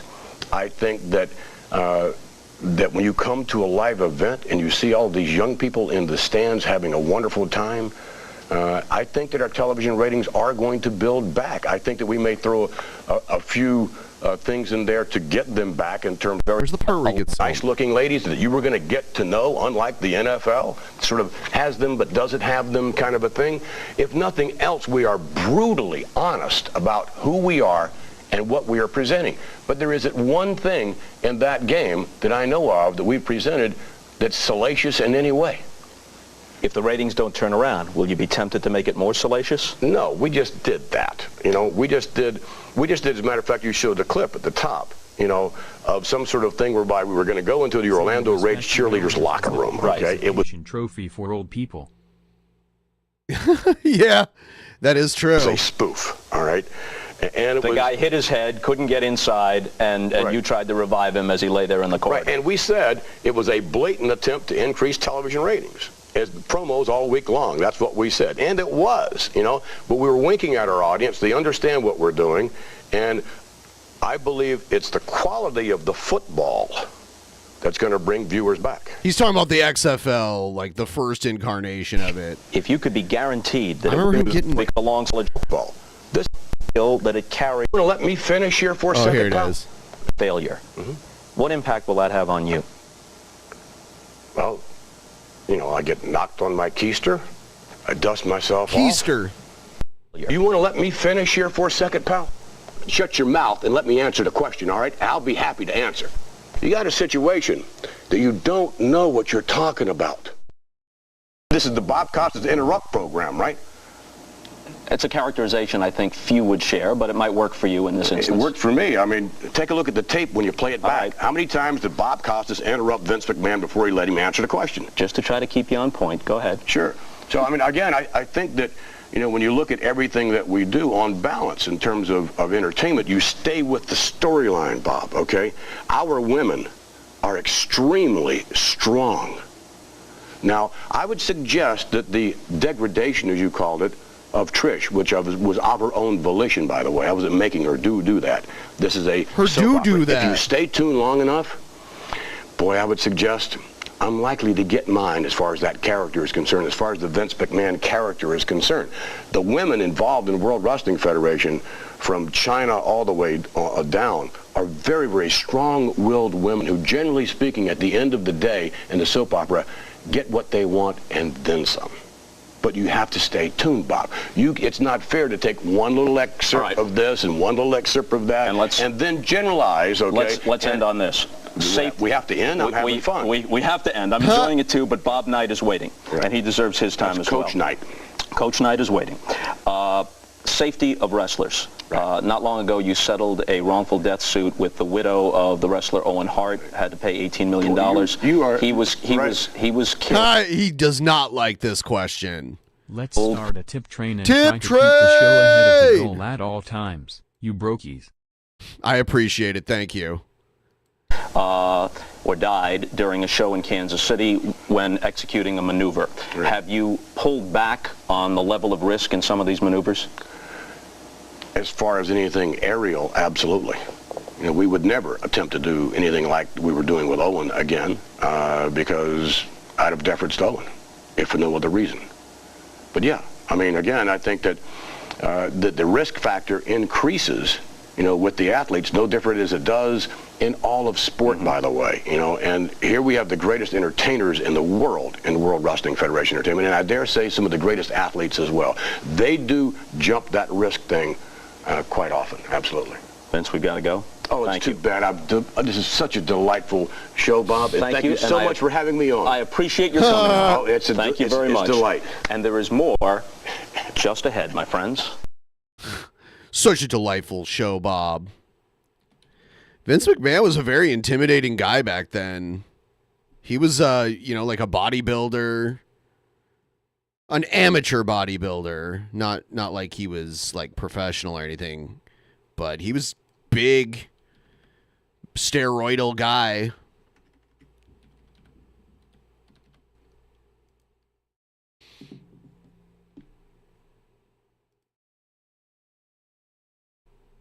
Big, scary, steroidal guy. Very afraid. What else we got? I am still waiting for the XXXFL. It's either a stripper football league or a drunken football league. Well, I'm hoping for both. There was the lingerie football league, the LFL, and then they decided to make it more of a real sport.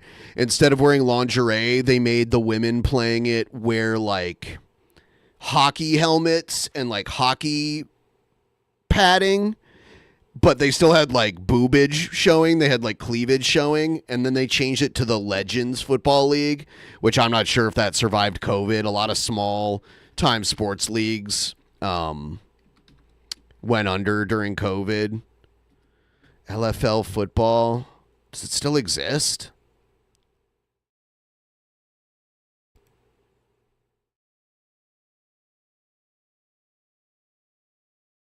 Yeah, like here's an example right here of what it was like. They had like hockey helmets and hockey shoulder pads, but then they wore like bikini bottoms and like bikini tops, basically.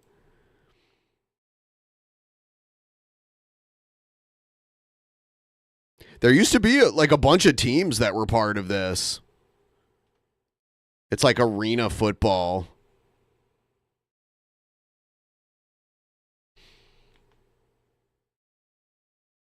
New details continue to emerge about the 20-year-old gunman who nearly assassinated former President Trump. The FBI has completed an extensive search of his home and analyzed his cell phone. KTLA's Annie Rose Ramos is live in the newsroom with more. Annie Rose, good morning. Hey, Lauren, good morning to you. Well, we are learning this morning the Secret Service is under scrutiny. Their agency's director speaking out for the first time on ABC News amid growing calls for her resignation over the assassination attempt on former President Donald Trump on Saturday.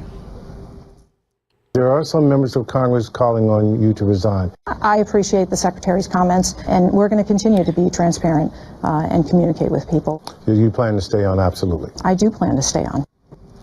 The director going on to say local authorities were tasked with securing the building where the shooter fired the shots before being killed by the Secret Service. And new this morning, we are learning that same building was also the staging area for the local police's tactical team doing overwatch of the crowd. Now, investigators are trying to determine whether the roof had been properly locked down, with many still asking how an armed suspect was able to climb a building less than 200 yards away from the stage at a Trump political rally. The Secret Service is responsible for the protection of the former president. So the buck stops with you? The buck stops with me. I am the director of the Secret Service. It was unacceptable, and it's something that shouldn't happen again. This morning, we are learning the gunman, identified by the FBI as 20-year-old Thomas Matthew Crooks, told his now they have like graduation video with him and all kinds father of shit. He wanted to go to the gun range the day of the shooting, so his dad lent him his AR-15 style rifle. This, according to ABC News. Instead, Crooks made it up onto a nearby roof that had been swept before the event and used that rifle to attempt to assassinate former President Donald Trump. The FBI believes Crooks, who had bomb-making materials in his car, acted alone. Authorities also confirming the following timeline. Crooks visited a gun range on Friday, then purchased 50 rounds of ammo and a ladder on the day of the shooting. And at the rally later that Saturday, the Washington Post reporting police were warned of the shooter at least 86 seconds before gunfire. ABC News reporting police were aware of a suspicious man pacing in the area. That's were apparently crazy. exchanging photos of the suspect before shots rang out and chaos ensued in the crowds. He's going down!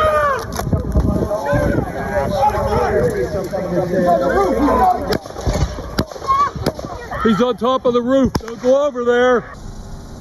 A new video into our newsroom gives us a look at investigators outside the suspect's home. Yesterday, the FBI analyzing Crooks' phone, with one source telling CNN what they found on that device has not revealed any meaningful potential motive.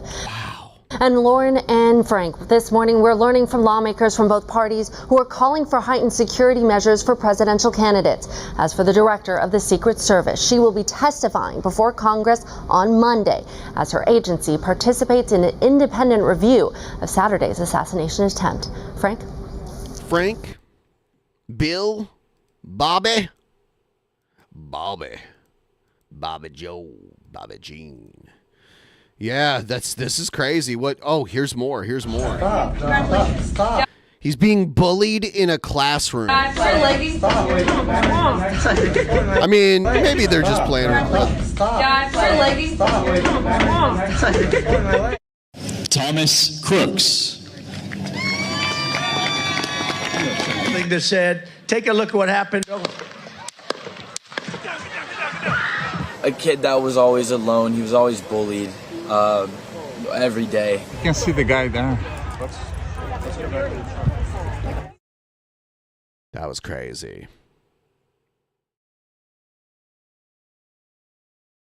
Meanwhile, let's go to Bill Malugin with what's on the agenda for the day 2 of the RNC. He's in that building right behind us. Hey, Bill. Hey, good morning to you guys. Well, former President Trump has said he wants to be more unified as a result of this attempt on his life on Saturday. And that begins with a speaker who'll be joining the stage tonight. Take a look. You guys were just bringing this up. Former UN Ambassador Nikki Haley will be speaking here at the RNC tonight. We all remember it was a brutal primary with Trump. They were heavily criticizing each other. He repeatedly called her bird brain. He was upset she stayed in the race as long as she did. We were in the room with her the day she dropped out of the race in Charleston back in March. It was tense in there. She didn't endorse him at the time. She urged him to earn the support of her voters. Well, she has since told her delegates to vote for Trump, and she will be here tonight. A sign some of those bridges may finally be mending.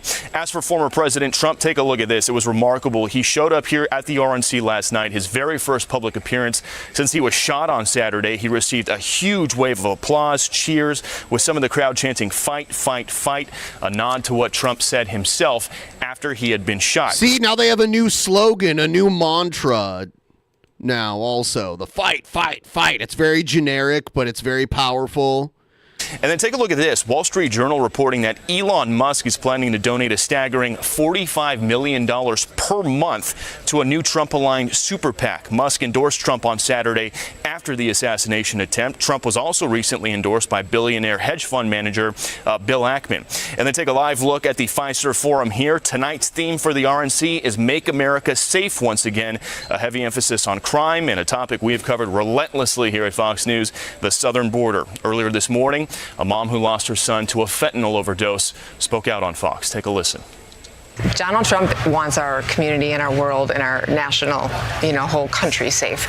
And safety is why we're all here and why there's thousands and thousands of people, specifically with our story with fentanyl, people coming across the border and just killing millions of Americans. And Fox News polling has consistently shown that crime and the border/immigration are two of the most important topics for voters during this election cycle. So this night at the RNC tonight is going to be very big for Donald Trump and the RNC. We'll send it back to you. All right. Thanks, Bill. You know what they're going to say, too? They're going to say crime across the major cities is down. And because Joe Biden's actually running on that. The problem is, I don't care what the stats say, nobody feels that way. Yeah. And if you see what's going on in New York City, they say the numbers are down when it comes to murders, but when it comes to assaults and other type of robberies and carjackings are through the roof. Well, Washington, D.C., does anyone think it's safer? Chicago? Do you think it's safer? You don't get the Brain, chance it's not safe standard. here. Well, you don't get the chance to stand Yeah. in the way that you measure crime as well as prosecute crime and then try to take a victory lap. Real quickly on Bill Malugin's report, he talked about Bill Ackman and Elon Musk doing the $40 million per month. That money is to go to the ballot harvesting project where essentially Republicans have said don't early vote. Essentially.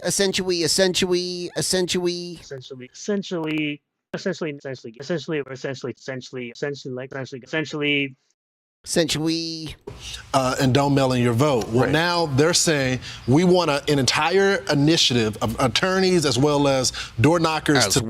This guy loves the isms. Sign people up for the Republicans. If the Democrats are going to make it legal, then we're going to use it against Republicans need to have the same plan as the Democrats. The Democrats were very good at this 4 years ago, and Republicans have to take it up a notch and be competitive. Because historically, the Democrats have always owned the get out the vote machine. And that's the one thing.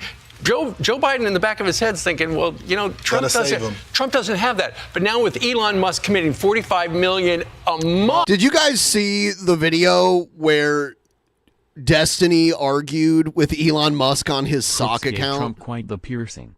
Trump should wear an earring near the bullet hole. Who knows how much of his ear in that area is left? I guess we'll see. But yeah, Elon Musk argued with Destiny through his sock account. It was so weird. And Elon was pretending like no one knew who it was, but it was definitely him. It was 100% Elon Musk on a sock account arguing with Destiny. What a weird world.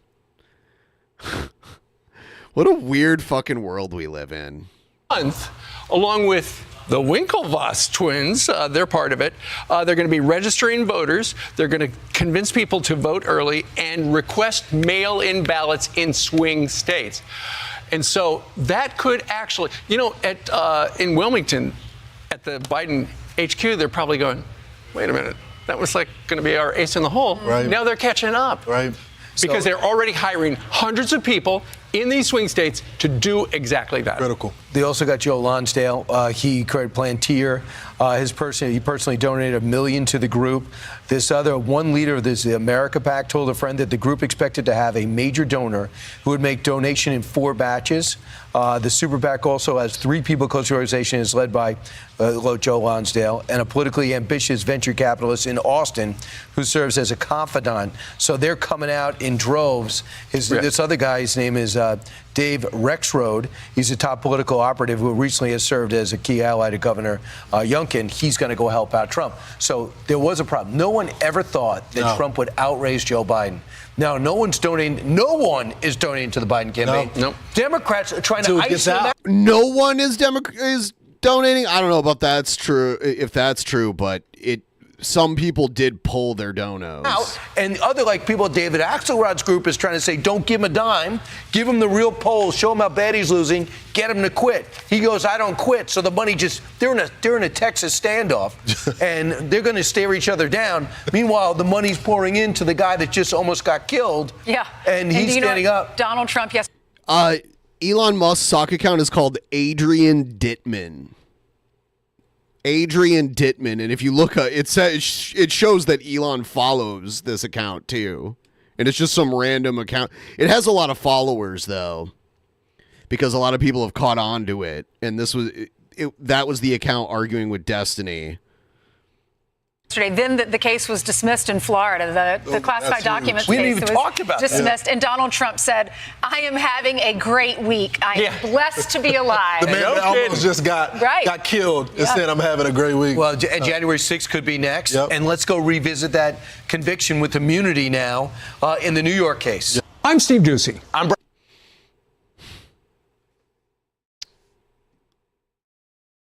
Yeah, with those deep fakes now, the Galeverse can grow by leaps and bounds at this point. Any notable public figure that you can think of could become part of the Galeverse just because of deep fakes.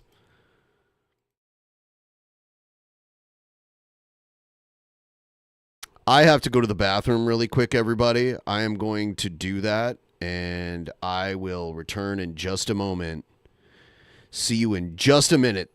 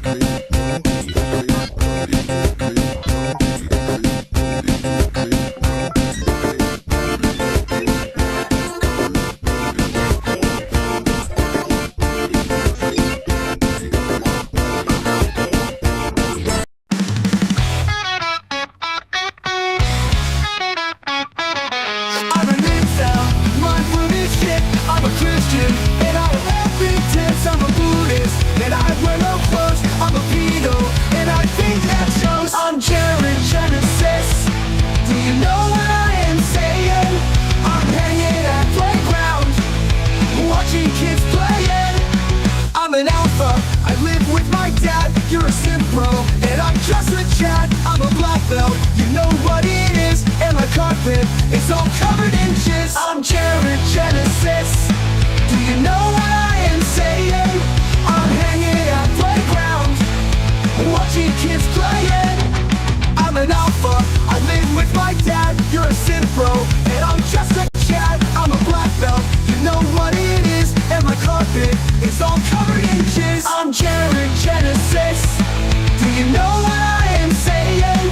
I'm hanging at playground, watching kids playing.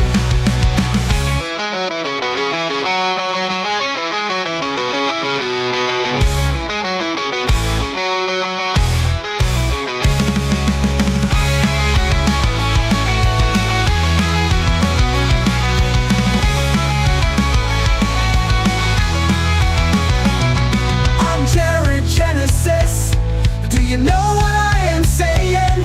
I'm hanging at playground, watching kids playing.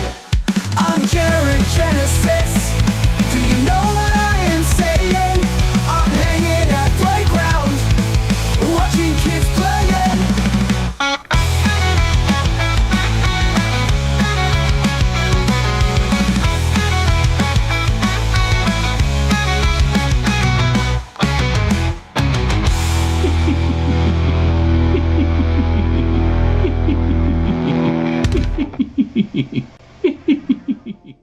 All right, back. Something we haven't done yet today. We should check on some interesting stuff going on in the Cobraverse. Here we go.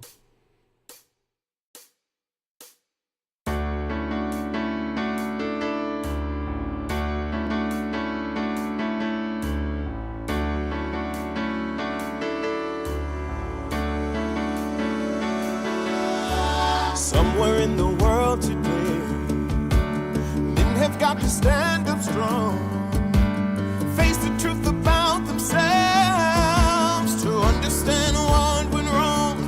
I know we can find a way. I know we can find a way. I know we can find a way. Stand up. It's amazing. Stand up. It's amazing. Stand up.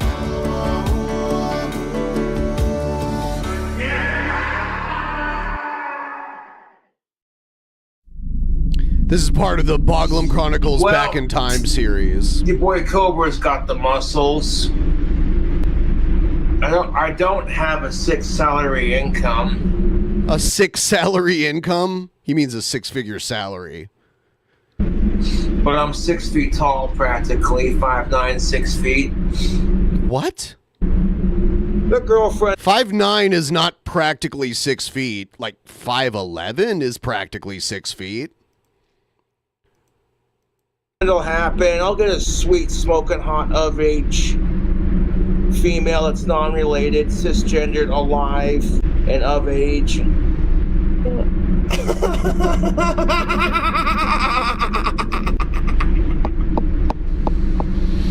By the way, trying to get to 65% of the goal. If we do hit 65% of the goal, tonight's number one tipper will receive this old school limited edition Ben figure. This is the last one I'll be giving away. But we have to hit 65% of the goal, and after we have tonight's top tipper, we'll get the figure.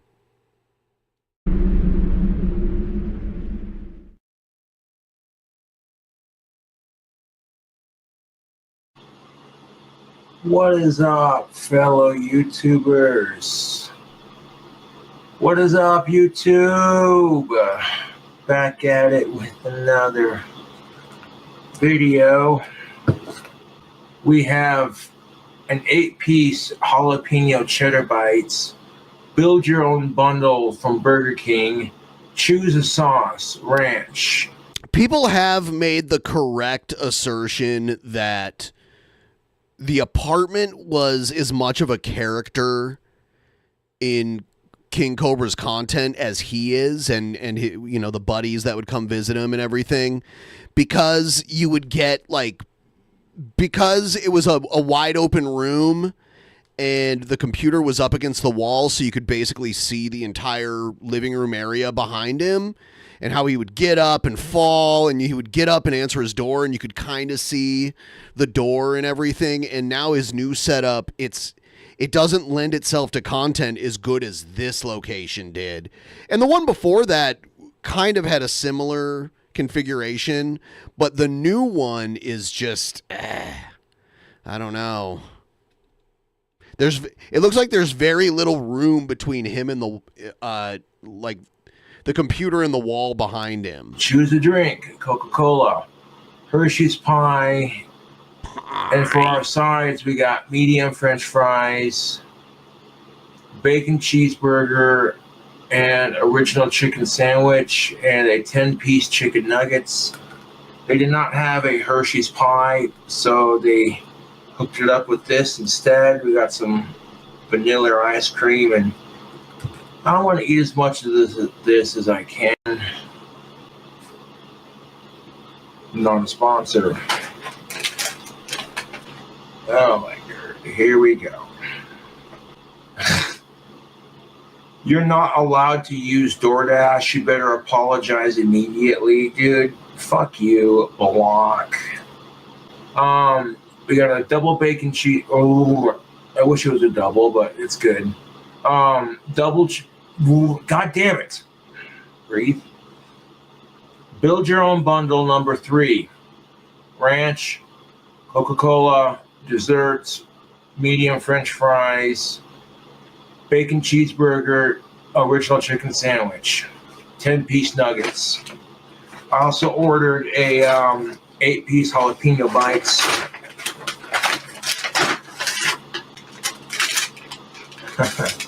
Oh, look at that. They included some little trinkets, a finger trap, and some candy. Oh, look at that. That's yes. So let's start mukbanging it up, shall we? We got mukbanging it up.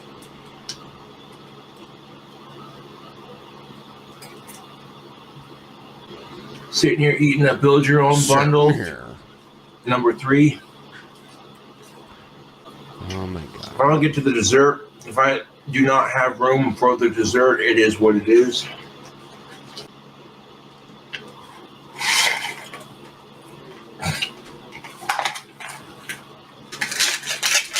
There are jalapeno bites, jalapeno and cheddar.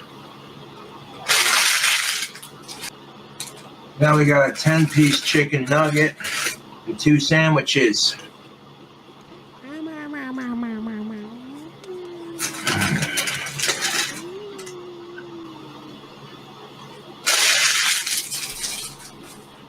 There you go. Going beast on that bundle.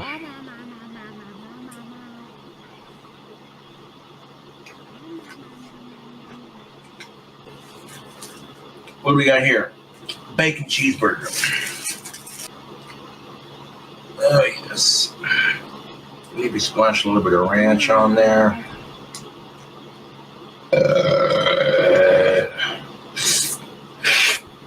I hate how he slurps bacon cheeseburger the packets. Burger King is not a sponsor. Free advertisement. Can he go for the gold and eat the chicken sandwich? She makes me wish I had wireless. We got 2 more I don't items want her left. getting tangled up. 3 if you count the drink. Oh yeah, we got the original chicken sandwich. The sandwich.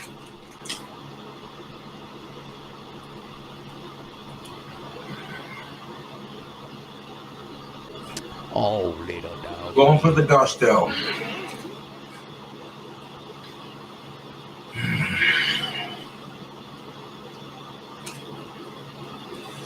Now, I'm not going to be ordering DoorDash for a while.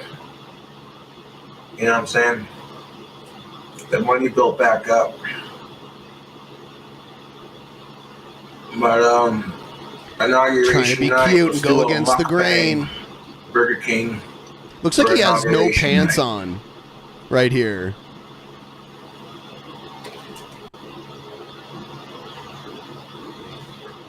Boopy. What do you think? What do you think of the King Cobra? I'm gonna move it so it doesn't look suggestive. Dude, I'm not gonna have enough room to finish that dessert. I already know. Oh.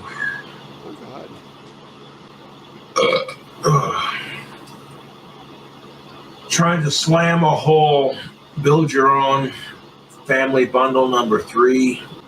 Growing up, nobody knew what Asperger's was. Huh? All they know is there's something wrong with the kid, and that's automatically a reflection on the parents. Asperger's. I'm not trying to talk smack, and DoorDash is not a sponsor, so I can say this, but Yeah, Asperger's not a new thing. Been around a long is time. a tad bit overpriced.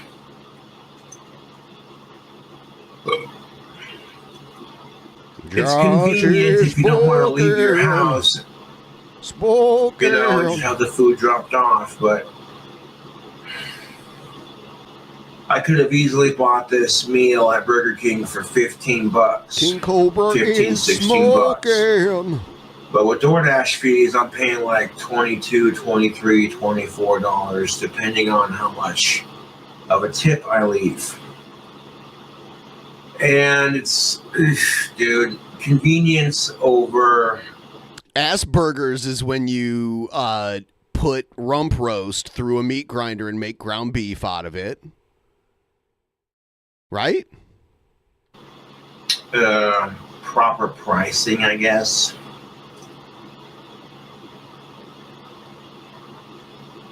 But after tonight, I'm honestly good on DoorDash for a while.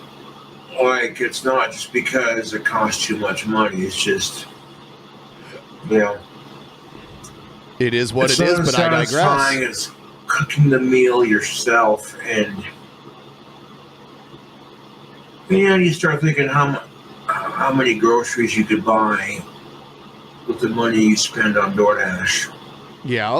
And here you can see the rare boglum. He's the only one of his kind. And his natural habitat. Eating DoorDash. Munching on an original chicken sandwich from Burger King. Oh, blimey. He's looking at the camera. Okay.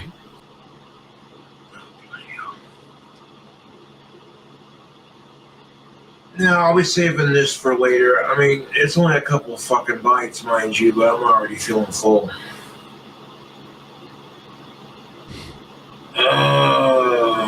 Dude, why?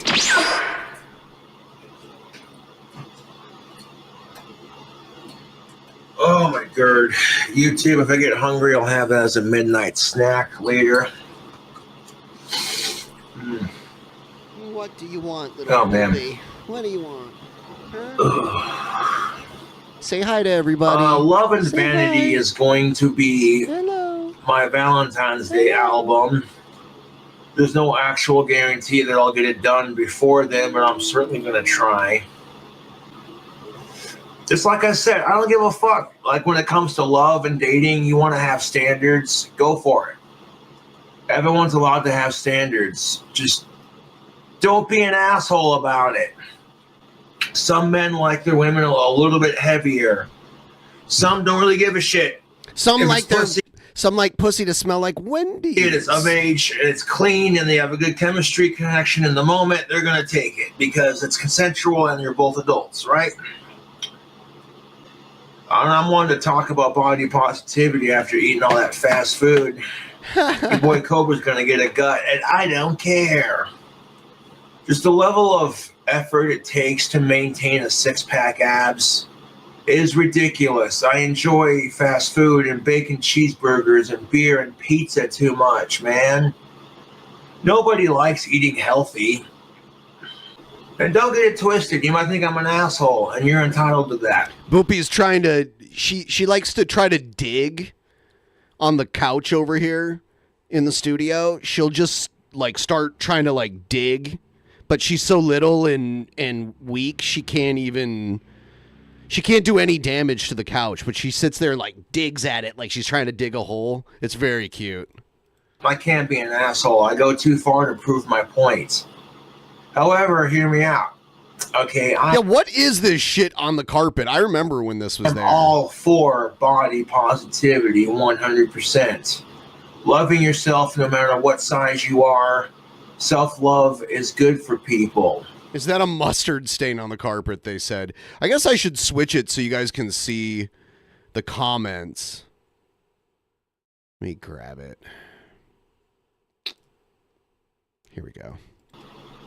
If a chick goes to the gym, starts dieting right, exercising, and doing everything she can to look good, if the wrong guy notices, he's a creep. If the right guy notices, oh, she's always whining about over this the shit. hills. Like, oh, so-and-so noticed. Oh. You know, to some degree, women or men are put underneath the same pressures. Like, how can you be the world's biggest asshole and also the world's sweetest guy at the same time? It's mind-numbing. And that's why we have gender relation issues, is because if women are being creepy and weird, it kind of gets talked about, but come on, dude, let's be real. When men are being creepy and stalkerish and incel-like, it's all anyone ever talks about. Don't stare at her tits, don't stare at her tits, don't stare. Oh, and you look down, you're like, oh, boobs. Oh, believe me, ladies, your voice is so much stronger than your body. His foot looks better You know here. why- I remember when he had that crazy-looking athlete's foot all over the top of his foot. It looked terrible. Sit there and say 2 + 2 = fish. And you don't want to have a fight about it, so you're just like, yes, dear. Yes, dear. Please like the stream if you haven't already and help me hit 65% of the goal. Please. At the end of the day, if I get rejected by every chick I like, I don't really give a shit because that's their loss. You cry about that all the time. You say you've been rejected by every girl you like since the 4th grade, but we know that you've dated a couple women, so that insinuates that you didn't actually like any of the ones that didn't turn you down. You know what I'm saying? You can't get mad at that privilege, because if you had that kind of privilege too, you wouldn't be complaining. Oh, geez. Oh, geez, a gender relations rant and a mukbang? What even is this? What is it? You get 2 for the price of 1, tubes. There are people out there who are in relationships where they're abused, mistreated, and not appreciated. And all of a sudden being single ain't so bad.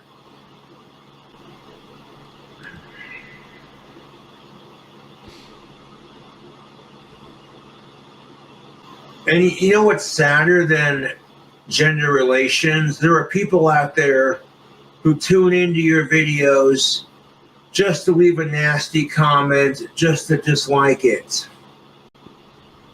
Yeah. I'm like, if you hate my video so much, wouldn't it be easier not to watch? My goal with my gender relation rants is to help women and men understand each other better so that dating becomes much easier and less stressful, because all of a sudden you understand how the opposite sex thinks. Now, I can only share my perspectives as a male from my side of the argument, so, you know.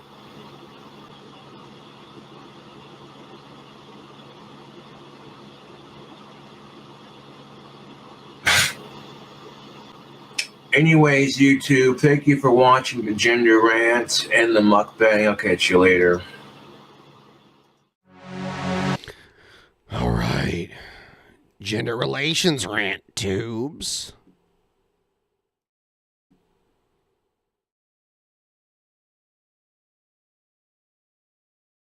All right.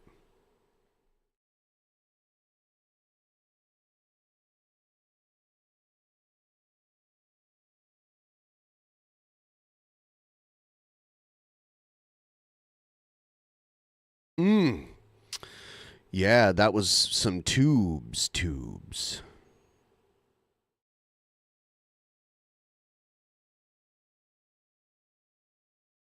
Checking if there's anything else cool here in the list that I got right now.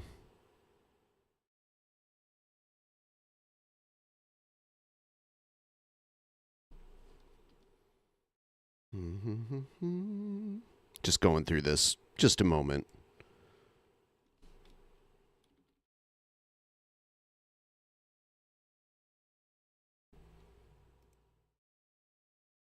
Clean up this playlist. Damn, it's just a mess. Holler if you hear me. I don't have any new Kendall. Kendall is so terrible. Oh, thank you. I appreciate that. Thank you so much.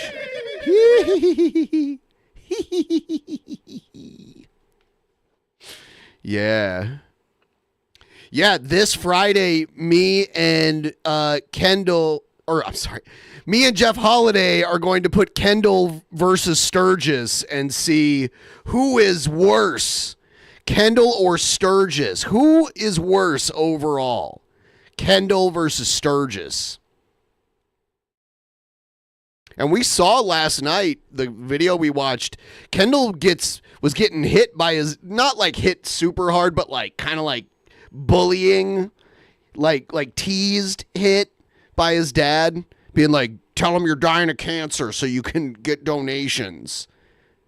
It was crazy. Well, we're going to pick 5 conditions to measure them by. And you, the voting public on the Patreon show, are going to choose. And I'm going to have to think of those 5 things tonight. Tonight I got a lot of behind-the-scenes work to do.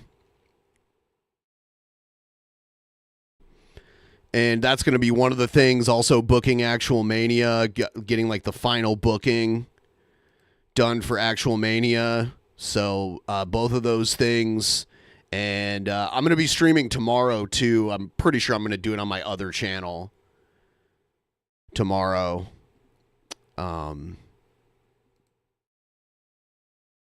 So I got some stuff to work on. It's been hot here for this region because it's usually not that hot. And it's been ridiculous for the region. Most people will look at the temp here and be like, man, it gets way hotter where I live. Yeah, the thing is that historically it didn't used to get this hot here. So a lot of homes around here don't have air conditioning. So I don't have air conditioning and it's been getting hotter. So I have a fan on me. I'm glad the fan doesn't get picked up by the mic. I had a jar of coconut oil, and if anyone has ever used coconut oil, you know that it's usually solid. And then when you get it heated, it turns into a liquid pretty quick. But at room temperature, it's usually solid. Well, my coconut oil melted, and just recently, like overnight, a couple days ago, turned back into a solid.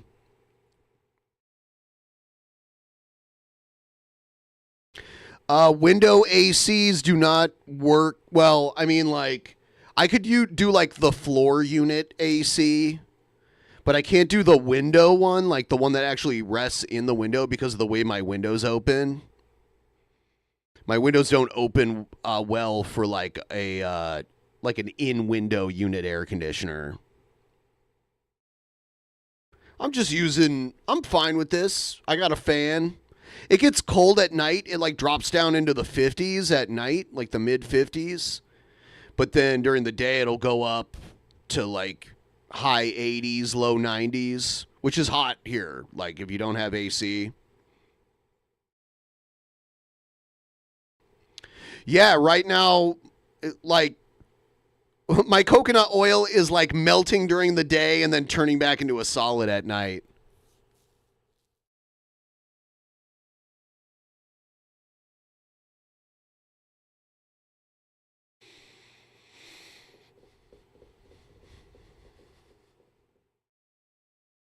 Yeah, the difference between the like daytime high and the nighttime low temp is ridiculous. It's like a 40-degree difference. 35 to 40 degrees.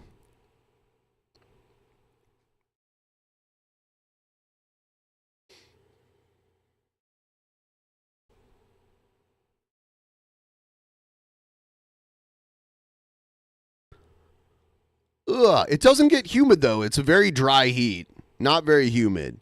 And we'll probably go about 40, 50 days with zero precipitation. Like, the grass is all brown right now. The wildfire danger is very high.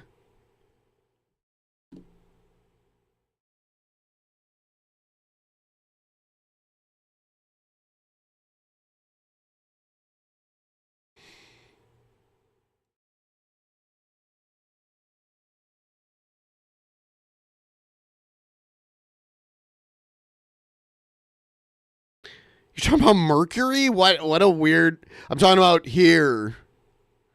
I'm talking about on planet Earth. Not the planet that's closest to the sun.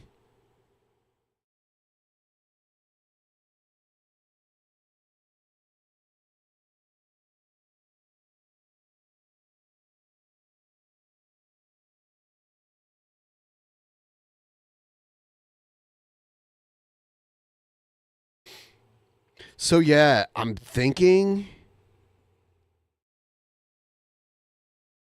it rains here all like spring.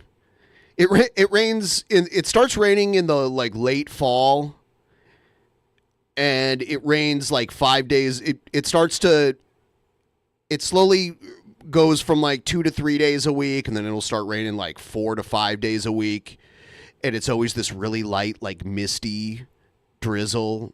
It's never like really hard rain, and then you go into winter time and it rains like almost every day, and then it slowly comes out of it in the spring, and then by the time we hit July and August, everything dries up and we don't get rain. Just like everything dries up.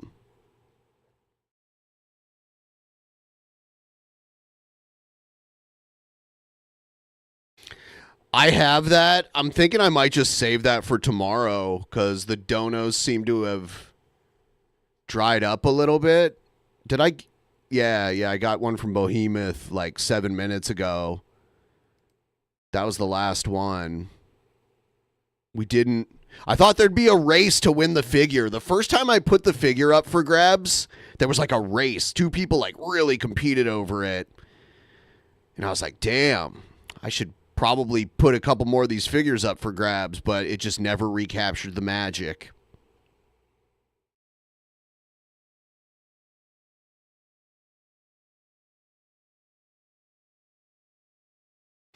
I will do the national anthem thing though. That's pretty insane. Where that woman sang the national anthem at the All-Star game like really bad. I think it was the Home Run Derby.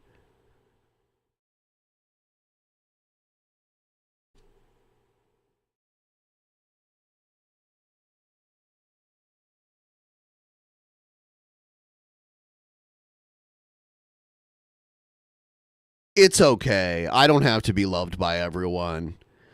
And these aren't official shows, so don't treat it as like an official show. We're just hanging out, watching videos, getting some donos, talking about stuff. The prep time, there's not as much prep time that goes into one of these as like an actual episode. And sometimes maybe I'll play video games or something if I feel like it, which I'm not going to today. But let's check out. I wonder if I still have my national convention feed going on. The Republican convention feed. Let's see what they're saying here. Going to make this country safe again. President Biden has made some inroads, though. And it's really, when you say crime, you could also talk about states. There's some and old dude, old white guy talking on stage that no one knows who he is, and who cares? Maybe he's I don't know. I don't know who he is. In the southern part. I like how they're like on NBC. They're not showing whoever the fuck that is talking. These guys are kind of shooting the shit here. My question to you is, those issues affect Hispanics. they're important to them just because like they're important to all Americans. But is it too late? Has it been 3 years where the numbers weren't in President Biden's favor, and now that they may be sort of trending in that direction, it's too late? It's not really just too late. I think President Biden has relied on out-of-touch Hollywood elites to get out the vote for Hispanic voters. The fact that his main surrogate, Eva Longoria, couldn't even make it to one of his rallies. And on the flip side, let's talk about President Trump and what he's done with Hispanic outreach. That's an important point. You're saying they're not organizing enough when it comes to Hispanics? Not nearly enough. Are you kidding me? I think that they've just banked this idea that because we're Hispanic, we're going to immediately tie to a party. When you and I both know that Hispanics, we're not loyal to a party, not even to a candidate. We're loyal to values. And those are consistently talking about those values and have show support with the community are going to do great. I had the honor of organizing a stop at a cafecito shop in Miami with President Trump, where he had hundreds of Hispanics talking about the policies that benefited to them when they met him. We could talk about his stop in a bodega in the Bronx in New York. We can talk about his rally that he had in a heavily Hispanic neighborhood in Las Vegas. And we could talk about when he came to my home state of Texas, when he rolled up his sleeves and served the Border Patrol agents, which are majority Hispanic. President Trump doesn't wait for the community to go to him. He goes to the community and shares the policies that are going to benefit Hispanics and all Americans in general. Speaking of your home I'd state like of to Texas, see the that's where I numbers saw you on in the that. delegation there yesterday. Senator Ted Cruz is going to speak tonight. He had a very different Like, how convention well in is Trump 2016. polling with Hispanics? He's not going to say that now. He's on better terms with This guy's painting a picture that Trump is making big gains with Hispanics. He's doing pretty great.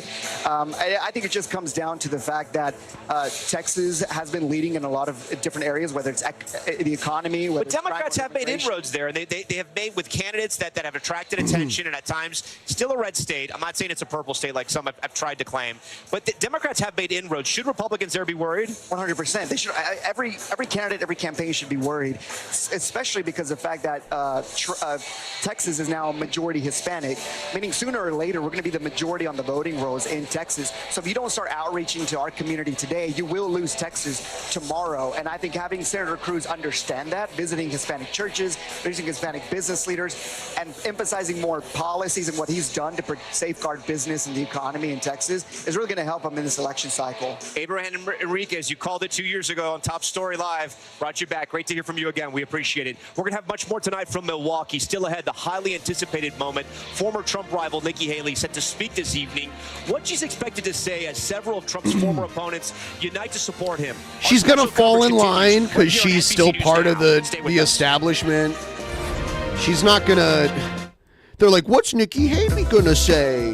What could she possibly have to say? She's going to support Trump because she's not running for president at the moment anymore.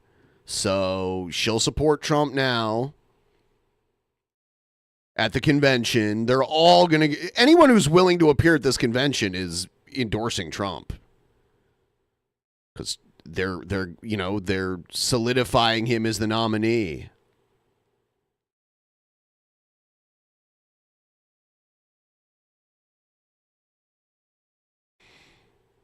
Yeah, so it is what it is, you know what I'm saying, bro?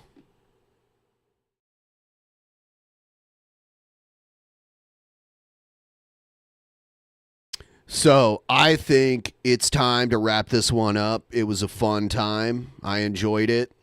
I hope to see you all tomorrow on my stream. I'm streaming on my other channel, the Altered Perspective channel. Come join me over there. We're going to do some other stuff. And, yeah, fuck Jared, fuck sickos, and I'll see all of you next time. Later.